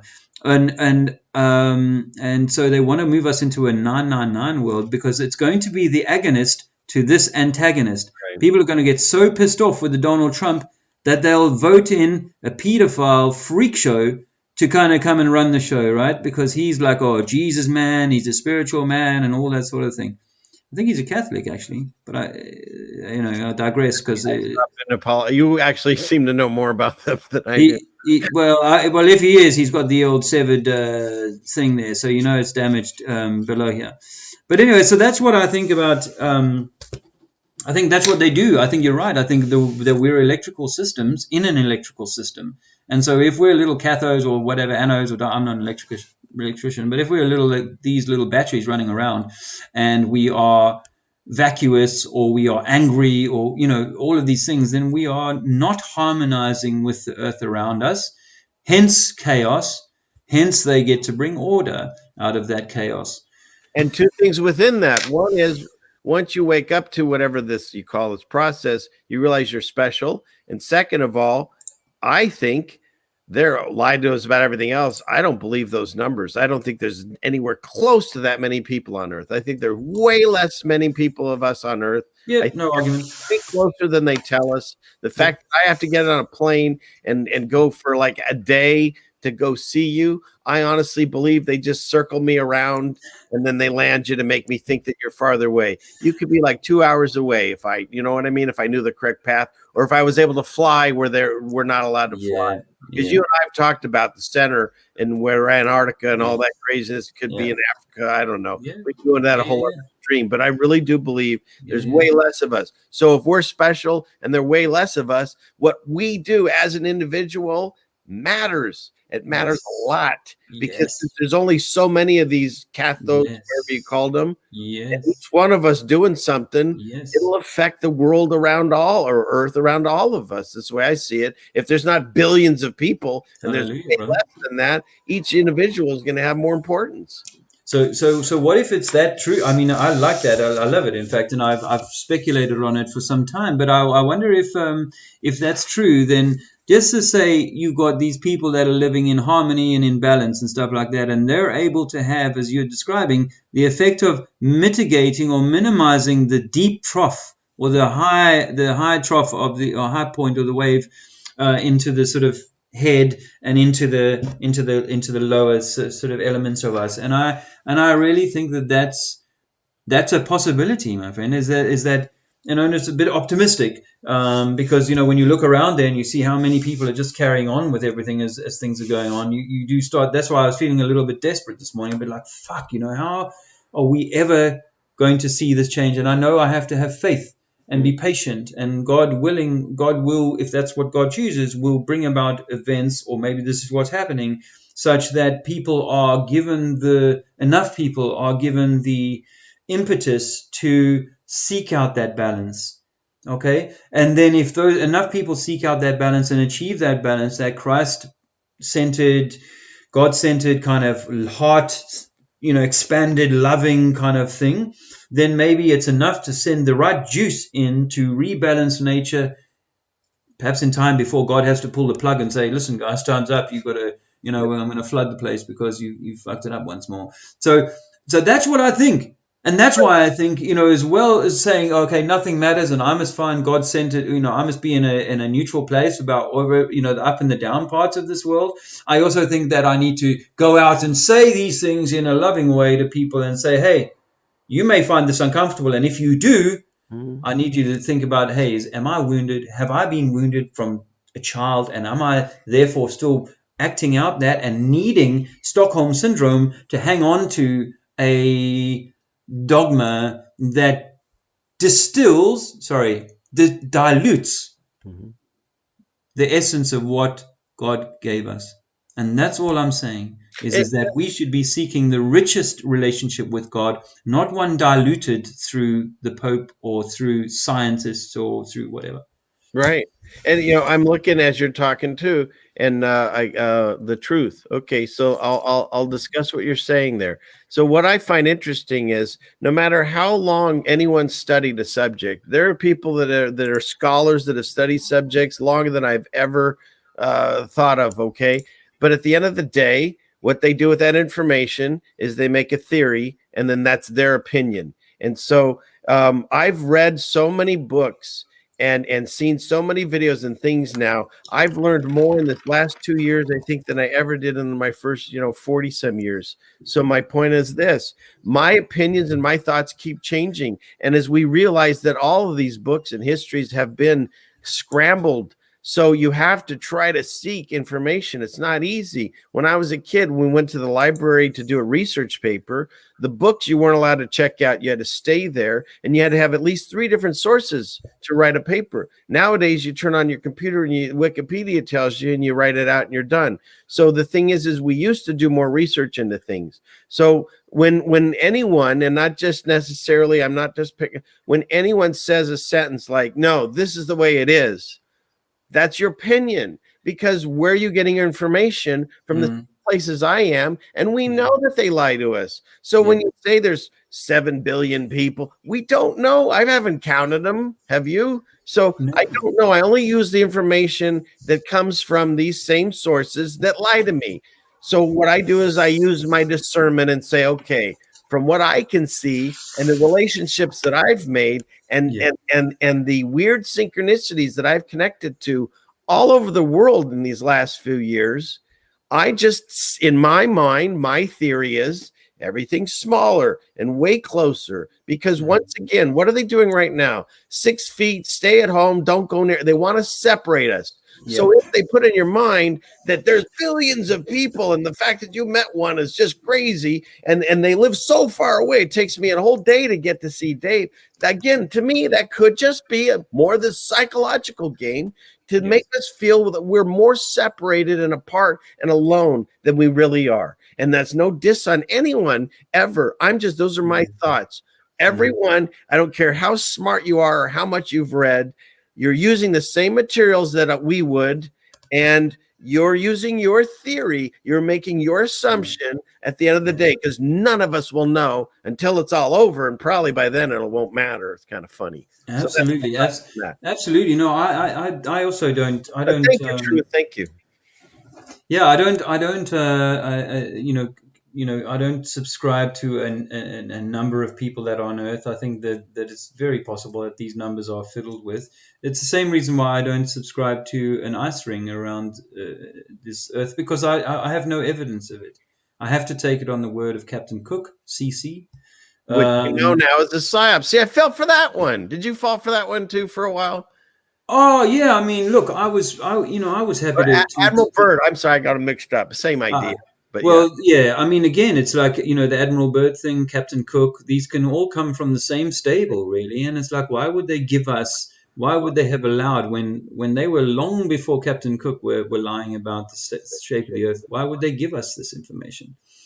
So, for me, I would say, okay, well, if we've been able to fly a plane around an unbroken ring around a pool and stuff like that, then yeah, okay, we've evidenced it. But until then, it was given to us by Eric DeBay and whoever else, Mark Sargent. It was given to us by them, and they probably read it in a book.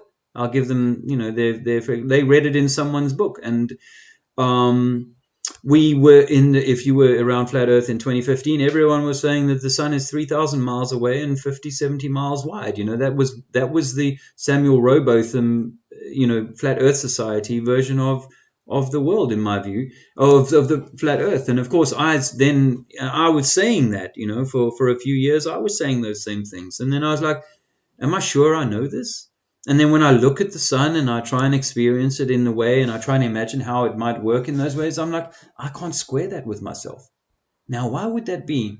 Why would we be pushing in the Flat Earth a model that, you can't square it with yourself when you've got past because the initial thing is, fuck yeah, of course the water's flat and we're not spinning. So what else is there? And I grab the thing that's been given to me, and it's a flat AE map. Put one on my wall. Ask my Andrea to buy me one for Christmas or something. I can't remember, but I just took the new information and said, this is right now, and so I'm like, no. If again, it comes back to, guys, science is observable, measurable, repeatable. This is good science. Let's not fall foul of that in our need to cling on to have a belief. To have a knowing of things that perhaps God never meant for us to know, or maybe we will know, but in the time that we know it, we will know it because enough of us have come to the realization that the masters here are actually meant to be the servants. The government is not your master.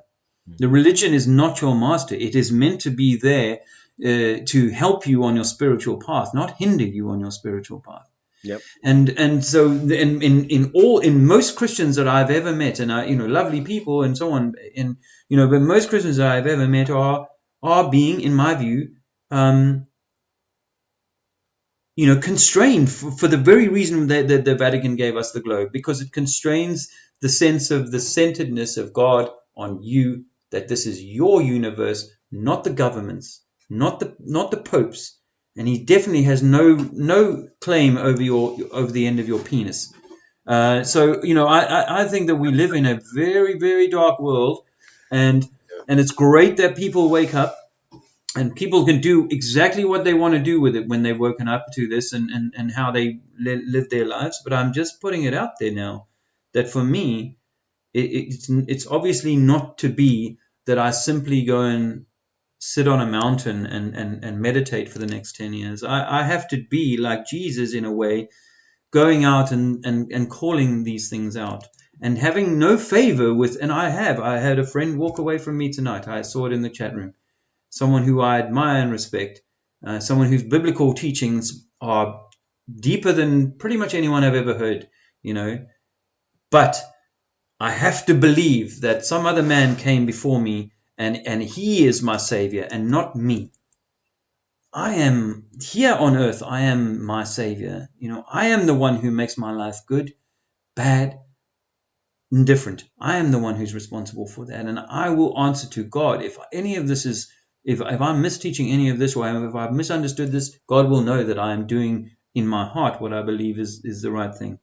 So that's how I want to. In that, the way I see how, at least the way I come across, and that's what I see in you, Dave, regardless of how we've gotten to this position, we both believe in the existence. Oh, wow, that's really sweet.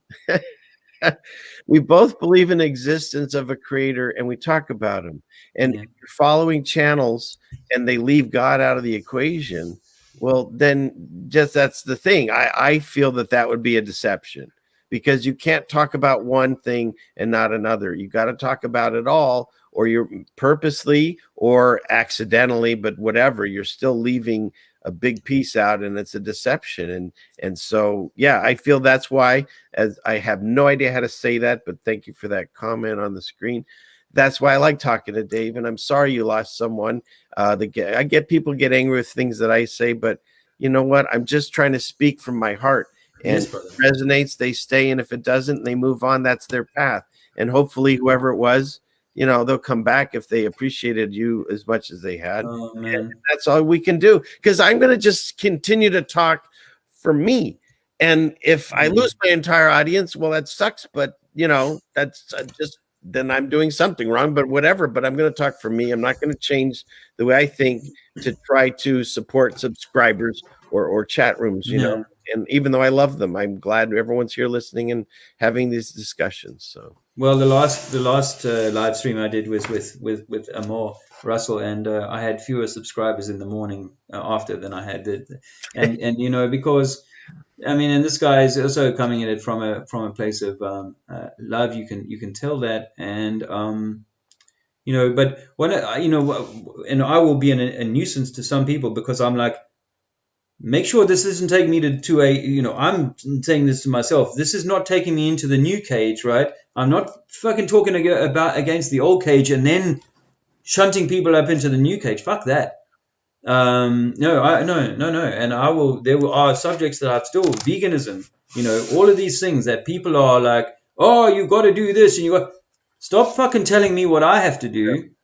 And God gave me this intelligence, this intellect. He didn't give me the book that you're reading. He didn't give me the scientist that's crushing the rocks to put into your tofu that can make your food, right? Mm-hmm. Didn't give me the scientist. The burger that bleeds red blood, but go on, yes. For me, it's like, I've spent time with tribal people who've had when I was in Angola in the war, when I was in Namibia, or Southwest Africa was known at the time there, I was going on what we called COMOPs, communication operations with tribal people, man. Read my book if you haven't already. No, you don't have to read my book. Don't buy it from Amazon. They give me about 50 cents or something, and they... Anyway, but the point is that I spent time with these tribal people, as I say, never read a book. They know about how to live on the land, nurture the land, love the land, don't spunk it, don't waste it, because they don't have a lot of resources. Yes, their lives are probably made more difficult by the advent of modernity and modern man around them, taking away certain things that they might have had, or pushing them out of certain areas that they might have been in before. But, this is how people lived once before, is like in touch with nature, in touch with what the natural environment had around them. But now, most people will go, oh, no, well, I can just walk down to my supermarket and get everything I need. So that affords people this luxury of getting all, oh, well, you can't kill this and you shouldn't be doing this and you shouldn't be doing that. Well, again, that's like the Puritans who say, oh, well, you shouldn't be having any sex because it's against God. I think my grandparents were of that view that, the only sex they were going to have was for procreation. It wasn't for any enjoyment. And this is what we do, is that we go, oh, look at those terrible, there's the sex industry is so terrible. Right. On the other end of that is that we'll never have sex again. We'll never orgasm again. This is what some people are teaching you, believe it or not. You're never going to allow the ejaculate to leave your body because your life force is going away. Ah, fuck. What? Where would you have read this in a book when you were living in the jungle, boy? You know what I'm saying? All those things are the same as far as back to like putting the thing on your face. No one should tell another person what to do. Otherwise, you're a communist. A lot of the people that preach these things, they don't look as healthy as some people that are eating meat. So whatever. All I'm saying is I'm not on one side or the other. I do what's right for me. My body tells me what it can and can't take in, and I listen to it. I'm going to listen to my body before I listen to you or anyone. I'm not going to put things on it, put things in it, or do different things here. I'll do whatever works for me. You do you, I'll do me. That's the way I see it. I don't want one more fight. You know what I mean? It's just another way to divide us. You got, I believe in the same thing you do, but you eat meat, screw you. You know what I mean? It's like, no, just stop it. We just need to focus on figuring out where we live and make your connection to God, and then growing from there. That's what we need to do. That's it. That's our world is divided by clubs and beliefs. And if you do this, this will happen. If you don't do that, that will happen. And I think this is just an extension of a hyper religionism or a need to be like in the kind of that right place. And it's because we've created the left and right that people are always sort of fighting for the camp that they feel most closely aligned to. And I think this is out of balance, and it's out of, as you said earlier on, what God's asking for you is to give him love, to be in the heart, really. And it's the only way to break the fear of the world is with love. I know it sounds hippie-ish, but it's and so I mean, when it comes to veganism, I mean, I've met so many people who's gone, well, I was 7-10 years in veganism, but my teeth were falling out, or I wasn't having periods for a long time, a menstrual period for a long time, or I was just, my health was really, really poor. And this is the thing, is that people go on they can go off meat for a while and their body heals, because plants are a fantastic healer, but they don't realize that their bones are like these piezoelectric devices that store massive amounts of energy. And so up until the age of 40 or 45, your body is constantly building up this source of marrow and energy that's inside of your bones. But after that age, you can't increase it. It only starts depleting. So I think that this is why when you speak to people who've been in it for a while and they're later in life, into their 40s and so on, this is when it starts to perhaps have an impact on their health. Now, there's some places in the world where you can only get meat to eat, and there's some places in the world where you can get very little meat, and it's mostly tropical fruits and stuff like that, And I think God is clever enough to have created environments and foods for those environments to best suit the individual. Absolutely. So where I say that teaching people that they live on a ball and they come from monkeys is harmful, I also say that teaching people that they should alter their natural diet or their natural environmental food load because a scientist somewhere said this, or God perhaps said, because there's plenty of Christians who will say, oh no, the Bible says don't eat meat. And I went the other day just out of interest to go and look at Jesus feeding everyone fish. That's a meat. Well, and actually in it's a number of references in Genesis alone, say I've given you the meat and the animals and so on, and there's no reference to saying don't kill them. See, but what they do again is they say, but it says in the Bible that that thou shalt not kill. No, the Bible, I think, says thou shalt not murder. There's a very big difference between killing a man and killing an animal. But this is again what people from the science bullshit that people have taken on board, saying that, oh, by the way, the monkey is your brother. Just a few centuries ago, he was your brother. Therefore, so you're killing your brother, and he's of the same sentience, he's of the same intellect. Again, this is another diminishment of what God created. It's like saying God created man and beast equal. Bullshit. No, This is bullshit. He said we have dominion. Dominion over to be, and then everything else we have dominion over. Now that doesn't mean that you are a king and you say, "Oh, I'll just start just killing things because it's fun." No, if you need nourishment and God provide, He did it all the time in the Bible. If they were shepherds, for God's sake, why do they have so many animals if they never ate any of them? It doesn't make any sense. Yes. So that's there. And when you do sacrifice something so you can stay alive, you damn well better pray and say, thank you for your sacrifice. Thank you, God, for giving me this. Because you're eating the energy, whatever that animal was. It has energy. Maybe it doesn't have a soul like we do, but it's got energy. You better damn well make sure that you're getting good energy and not negative. If you're going to eat meat, if you choose not to, then don't. But I'm not going to. If you come to my house, God even says, if you come to my house and you only eat these things, I'll make you that. It doesn't mean I've transformed into one too. But if I go to your house and you only serve me what you eat, well, then I'll eat that or what I can around it. I'm not going to sit there and go, oh, I can't eat this shit. I don't eat. You know what I mean? You don't do that. You just, you exist. You take no shit and cause no harm. That's my. And you go back to 3-4 generations in your family, and you tell them, hey, no, we were never meant to eat meat, and we're only meant to kind of eat soya and mung beans. Well, they would laugh you out of the house, and those people were not damned and doomed, and by God, they were closer to God than many of us are today, those people, because they were closer to nature, and they understood the natural environment around them. So, no, if you see, for me, veganism, now, I'm saying it because, it's one of those topics that you don't like to touch on because people are so super sensitive about it. People have become like, it's a bit like religion, actually. You see, it's one of those things, don't talk about religion, politics, and veganism, because, people are so, what's the word? I don't want to be unkind. I have friends who I love, who I want to hear this information without me thinking like I'm just bashing on them. But it's like, you don't mind me telling people that they don't live on a globe, but you don't want to hear from me that you've been bullshitted by some new age dogma that doesn't make sense in nature. You're taking this information from scientists, and I'm reflecting back that I've actually had first world experience. I've tried, briefly, as part of my journey back in 2017. I'm like, okay, I've got to try this. 6 months or so as vegetarian and a few months full fat vegan. And I've now spoken to enough people who said, hey, I was in it big time.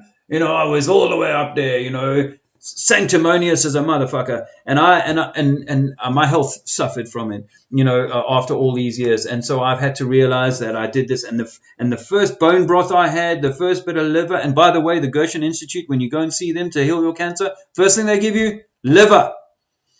You see, I'll say this to you, my friends, we are made up of complex vibrations. When God spoke the world into existence to create you, He or it had to compress a huge amount of frequencies, different vibrations, torus fields, into your being. And in order to nurture those very different things in your being, you need to go out into nature, depending on the part of the world that you come from, because there are variations, yes. You go into nature and you feed yourself from the nature around you. It's as simple as that. Mm-hmm. What's interesting about that is that God provides the things around you that you need. And it was a sign of like royalty almost to take an area and get rid of the plants that we call weeds and destroy them, and then plant grass seed, and then an area that you could normally have food or medicine growing, now you just have a lawn, and that's what we were taught in America. So like kill all the quote weeds, which are probably the plants that are there to help heal you and the land around you, and then plant the grass, and then mow it, and then bag it up, and then throw it away. Like the world we live in is so ridiculous. And so what I find interesting is you name the three things we shouldn't talk about.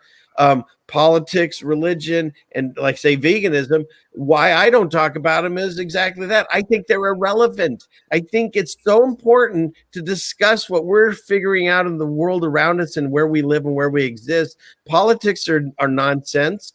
Religion is nonsense. It's a gatekeeper trying to get you away from God. And the same thing with discussion of what to eat. I don't give a crap your ideas of what I should eat or not. Most of the Yeah. people spouting that are not even as healthy as I am. So I'm not going to listen to them as they sit there eat Cheetos. I'm sorry, it's not going to happen. So I think it's funny that those three things that are dividing a lot of this community, they're complete nonsense. We don't need to talk about them at all because that's none of it's important. Your Taurus field talks and mud floods and God's exist. That's where we need to be. And those other things are once more distractions, I feel. Yeah, I mean, you see, this is, I mean, we have, and then like man's mouth was not made to eat flesh. We don't know that. I mean, how do you know that? Were you there when God made us? Yeah, you know, I tell you what, I think the way it works in nature, my friend, is that God did this very clever thing, is that he puts stuff out there, and if it makes you sick, don't eat it. You know, you go to the book of Job. It was this guy, and all this shit came on him, right? Because God and Satan were having this discussion, and Satan couldn't kill Job, but he could just mess with him. So he messes with him, destroys everything he ever had in his family and all that. And so he gets his friends, they sit around, and the 3 or 4 of them, they start lamenting and saying, well, I think I know why this is happening, and I think I know what you should do. And then finally, after all that, you know what happens? God's like, who the hell are you guys? I didn't see you when I made the heavens and earth. Who are you to start questioning this, that, and the other? So that's the way I feel. Yeah, everyone has an opinion. I love it. And I love everyone in the discussions. I'm not mad at anyone. But there are no absolutes that we know. That's your opinion. We don't know. I wasn't there when God made us, whether he said, yeah, don't eat any meat. I don't see that anywhere. So for my path, if I throw meat in occasionally, well, that's my path. And that's the way I see it.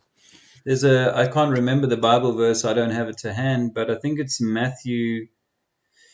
I'll bring it up another time. I wouldn't be repeating this if I hadn't read it in the Bible, but it says that it says meat is for strong men and vegetables are for weak men, something along those lines.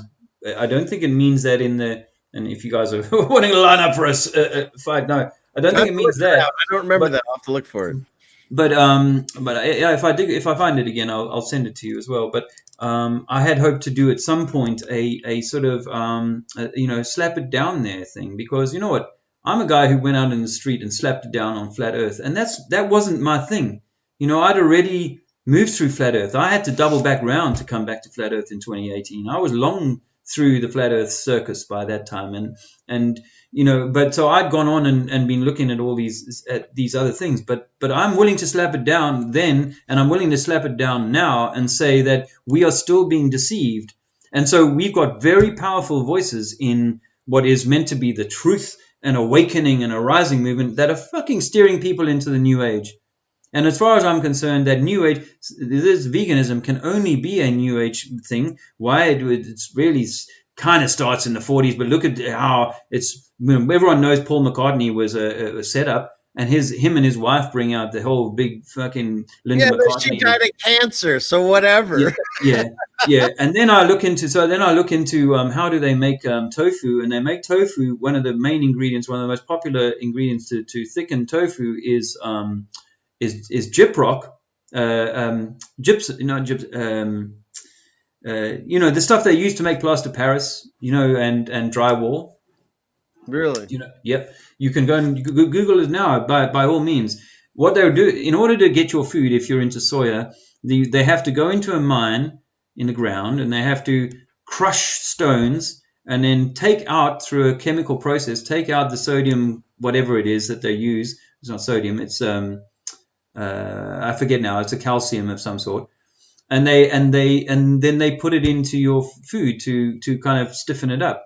And they say that it's bioavailable, but I found the study on it, but they weren't there to test whether it was. Or I won't go too deeply into this. Just to say that what I'm very certain of, and if I'm wrong, please send me information to the contrary. But your body is designed to take organic food, organic minerals into your body, not inorganic. minerals. This is why I got into distilled water, because I was trying to remove the inorganic materials from the water. Because inorganics are basically stones. It's small, but they're basically stones, and your body will fill up with these stones in all the cavities, all the joints, these tiny little bits of granules that are crushed in the finest possible way will find their way into our bodies. And yes, it's in a lot of processed food, so it's not just about saying all vegan food. I'm not saying that, but I'm just saying that to have to rely on a supermarket, a scientist, a miner to drill the stones for your diet, I think is as far away from what God intended as could almost possibly be given. And people are good people who believe in God, who believe in Jesus, who know the earth is flat, or the bit that we can see anyway. They are still buying some of this other bullshit. So am I just to sit back and let the fucking new age people take the show over? I don't think so. I think it's time for me to start calling them out. And I'm sorry to be saying it so, because you're such a loving kind of guy. I love you, Rich. But me, I'm not quite that. You know what I mean? I made a name for myself in flat. I came out of nowhere. I was nobody, and I made a name for myself in 2018. Why? Because I fucking speak out, and I do it in a way that people pay attention to, right? So I'm getting past the point of caring whether the people that stood around me in Speaker's Corner are, going to still love me because I say that their belief systems are holding them back. And their belief systems that they're pushing on other people are against what God would want. Because if I am pushing the globe, then I'm seeking to deny what God is, or what you are in this place. If I'm pushing something that the system has designed to take humanity to 2050, where we're living in this utopia thing where everyone's walking around all covered up and perfectly clean and popping a mung bean pill twice a day, I'm not going to sit by and let that happen, whether I'm on a mountain. That's our different paths, because see, I feel similar things, but I've never had the calling to stand on the street corner and try to smack people. That confrontation thing I'm not big on. And I know you said nice things about me, but I can get angry really well. Oh, I'm sure. Yeah. But when whatever this you want to call it a persona, whatever this is that I wanted to present to the people that are listening, it's not like I'm making any kind of like character who I am. I just I want to get information out, and I do it through discussions and through humor. If I just tried yelling at people and trying doing that, maybe that'd work with some people, but that's not it didn't feel comfortable. And so the fact that you can do that and go on a street corner, that's amazing. I don't like, was it Flat Earth? He does that stuff too. And it's uncomfortable for me just to do those things. Not to say that if I'm sitting in a room like all these people, or if people are at my house and they ask my opinion, well, my God, you can't get me to stop talking. In fact, it's been 3.5 hours for me to stop. But it's like I do it a different way. It doesn't make it wrong. It's just different than yours. And I think they all work together as cogs in a wheel. Absolutely. But like the Bible says, we need to be gentle as a dove, but wise as a serpent. And we will never be wise as a serpent while we're still carrying lies around with us. So that's why I think it's important. It's not because I want to be contentious, because it really doesn't make me feel good to have people that I care about going, what a dickhead. I thought he was all right, and now he says it's okay to eat meat. Well, you know what? Let me just clarify that this comment that I had on a moment ago. I agree absolutely that the farm factory system is a complete perversion of what God intended in terms of animal husbandry. A complete perversion. It's disgusting. But again, you don't look at the porn industry and say, right, no more sex ever. In my view, you don't look at these things and say, oh, like this guy, the water is poison, the water is toxic. I wouldn't say, all right, but never drink water again. Try and clean the water for sure. But if you do have to drink the water, then say to the water that this is good for you, because if you tell yourself that I'm drinking shit now, if I'm eating, I'm bad for eating this stuff. I'm bad for eating meat. I'm bad for doing all of this. If you tell yourself that, then you're bringing bad on yourself. You're inferring that vibration of bad into it. So even if I'm in a situation where I don't eat meat all the time, and as I when I went through this sort of improving my state of consciousness, I was. I said to Andrea, let's really cut back on. We've never been big eaters. We've not had the budget for it. But I've never been not wanted to be a glutton. But I was perhaps a little bit loose and free with the meat, perhaps more than I am now. It's something that I cherish, and not something that I eat unthinkingly. And I don't eat large amounts of meat because I know it's not really that good for me. I think this is where again they go, oh well, look. You eat all this meat and you get cancer. Well, you were never meant to eat that much meat. But it doesn't mean you eat no meat in future, When you look at it, you look at the parts of the body, as I was saying earlier on, if everything is a compressed set of waves, then you can't go to a different waveform and say, why don't you nourish that waveform that you aren't? Mm-hmm. So I think that we are just like a car needs oil, water, petrol, or diesel, or certain kinds of lubricants for different parts, or metal for the body work and so on. Well, the human body is the same, and it needs from the whole rainbow, a spectrum of energy vibration forms. And yes, those energy vibration forms need to be in the best possible condition. So if you're farming your own food, or your community is farming your own food, and it's being done in a loving way, whatever the kind of food it is, then that's certainly going to be the best way for someone to live. So I think we have. There honestly that I haven't found that there's any absolutes yet in my life. So to someone say, I'll never eat meat again. Well, if they were ever in a situation where the only thing that could keep them alive was to eat some meat, we'll see what they say if they hold their convictions and just pass away. I find that hard to believe. So I understand you can have convictions and you can do what you need to do to keep yourself healthy physically and mentally. And if that works for you, I say great, but I'll do me, and that's the way I see it. Yeah. And I think just if I can close on this is that, I think that a person could end up on a desert island where there was just coconuts, bananas, and fresh water and stuff like that. And they could probably live out their lives extremely well. I don't disagree with that premise, but there is with seed sown within religion, and here in this religion I'm talking about veganism, is the sanctimony that goes, I am better than you because I have eschewed this thing. I no longer have sex, so I'm much better than you. Mm-hmm. I no longer eat meat, so I'm much better than you. In fact, there's a lot of people who will say, wow, you're eating meat, you ain't getting upstairs.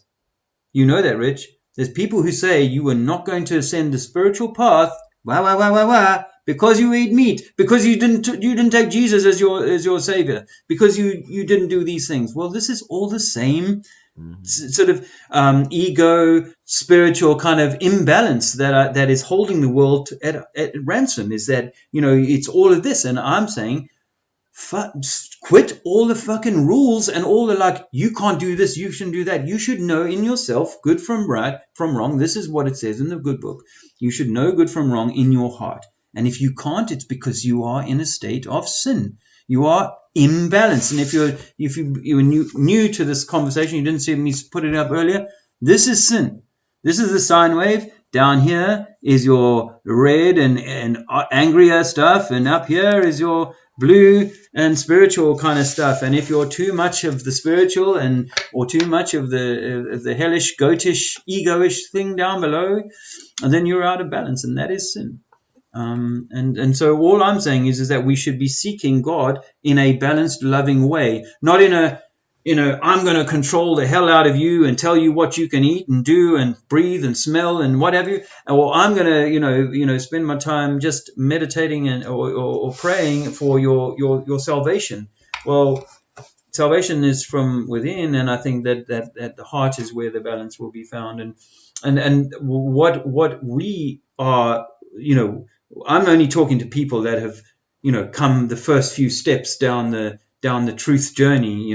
We obviously these conversations wouldn't sit very comfortably with people who still think they're monkeys spinning on a ball. But the point is that this is what we like to do. Hey, we're the fucking woke. we're the really woke, and but we're going to, vote for Q and tell you what to do and all this sort of thing. Well, the tell you what to do world we're coming into, this communistic socialist technocracy that we're coming into is going to be damn ugly. And it's actually going to be people just by some of these flat earth truthers who are like, yeah, you can't do that. You have to do this. Well, enough of that. Enough of telling people what to do. I'm not telling, if it sounds like that, I do apologize. I'm not telling you what to do. I'm telling you that the things that you're telling, not you, Rich, the things that people are telling you, the things that you're telling other people that they have to do in order to be the right person and stuff. No, I'm saying get in harmony with yourself, get in balance with your own, live in your own heart, in your own truth, and stop taking like, I'm a bad man, I'm a sinner because I did this when I was small, or I'm a bad man, I'm a sinner because I ate a lovely steak last night. Bullshit. Give yourself a break. Love yourself, love your neighbor. And just like that, and I have to really go. There's a person in the chat, one of the most beautiful people I've ever met. I haven't met her personally yet, but Heather, it's good to see you in here. And she has a difference of opinion, but she's one of my dearest friends. We talk whenever we can, and we think a lot alike on the same things. But if I occasionally will eat some meat and she chooses not to, I'm not going to hate on her for that. That's her path. She's doing some amazing things all by herself out there. I have the benefits of having some support more around me. So I'll never hate on anyone for a difference of opinion unless they want to try to deny the creator. And then I just can't really hang out. And that's how I feel. That's cool. And I appreciate the comment, Heather. I just say that you're not murdering. It's not murder. Like, look, if someone was going around just slaughtering the local cats in the neighborhood and, crushing dogs' skulls with a sledgehammer, that's a disgusting, despicable state of affairs, right? We have dominion, but that doesn't leave us to be assholes. We have to use it, Well, we're meant to be the shepherds. We're meant to be the good shepherds. We're meant to be the husbands of this earth, and we're meant to be looking after this earth. But let me say it again, because you may not have heard me say it before. Killing and murder are not the same thing. Murder is when you take a human life. That's murder. But when you kill an animal, I'm sorry, my darling, it's not murder. It is killing. There is a very, very clear distinction. Well, the problem I have with that is, and I'm not picking on her. I love her again. Yeah, well, I've heard her speak before. When you pull a carrot out of the ground, you've killed it, right? It was growing, and now you've stopped it to eat it. I mean, everything has a life force of some kind.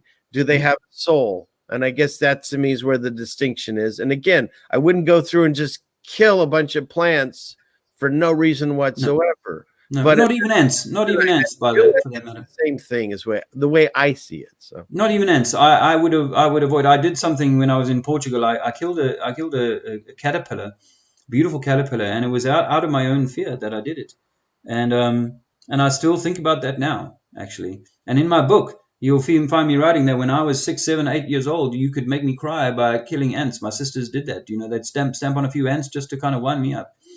So this is not about that. This is about trying to remind you who you are and what we are. We are not evolved animals.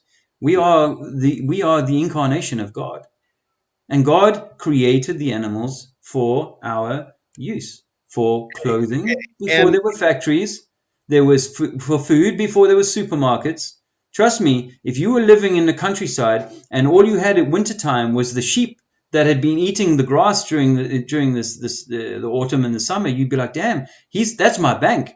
He's stored up a whole bunch of energy for me to feed my family with.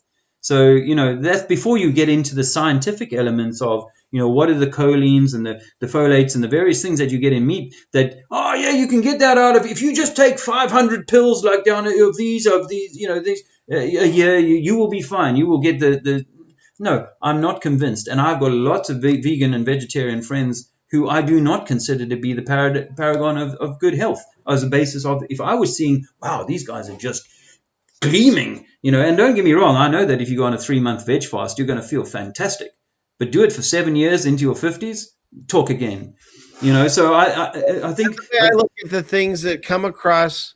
If God wants me not to have something, it'll be taken away where I won't have to, because I talk to him all the time.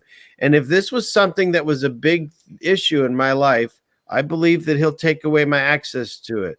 And so again, I try to be respectful. And if I do eat meat, That's on me, and I have to deal with it. If there's consequences that come with it, I'll deal with them, I guess, and eventually I'll figure out, hey, this is the wrong path. So again, I love you, Heather. And so if we differ on this, hey, we'll talk about something else. That's why I never really talk about these things, because to me, at the end of the day, everyone can figure that out for themselves. You want to believe in politics, go figure that out. You want to believe in the different ways of eating, you figure that out.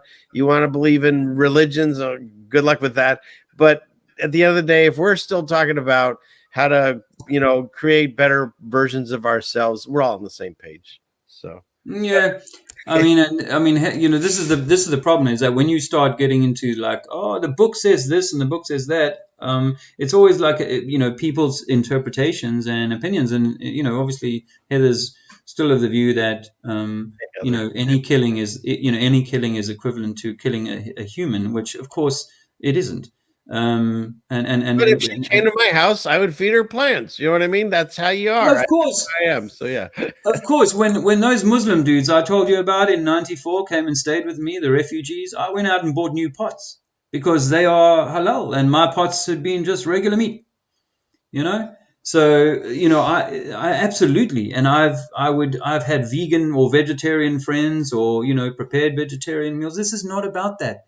This is about people being so damaged, carrying such trauma that they have no sense of who they really are here. And it's when we will take the scientist man or whatever and say, oh well, he can provide me with my food, I don't need to kind of go into nature anymore. Well, this is the world we're moving into. This is the utopia. This is the zeitgeist style future that the communist system that we live in is actually planning for us, is that we no longer need to eat anything out of nature. It's mostly come through the factory farming system. And by the way, the factory farming system is disgraceful and shouldn't be. Watch the movie Soylent Green. So there you go. Yeah.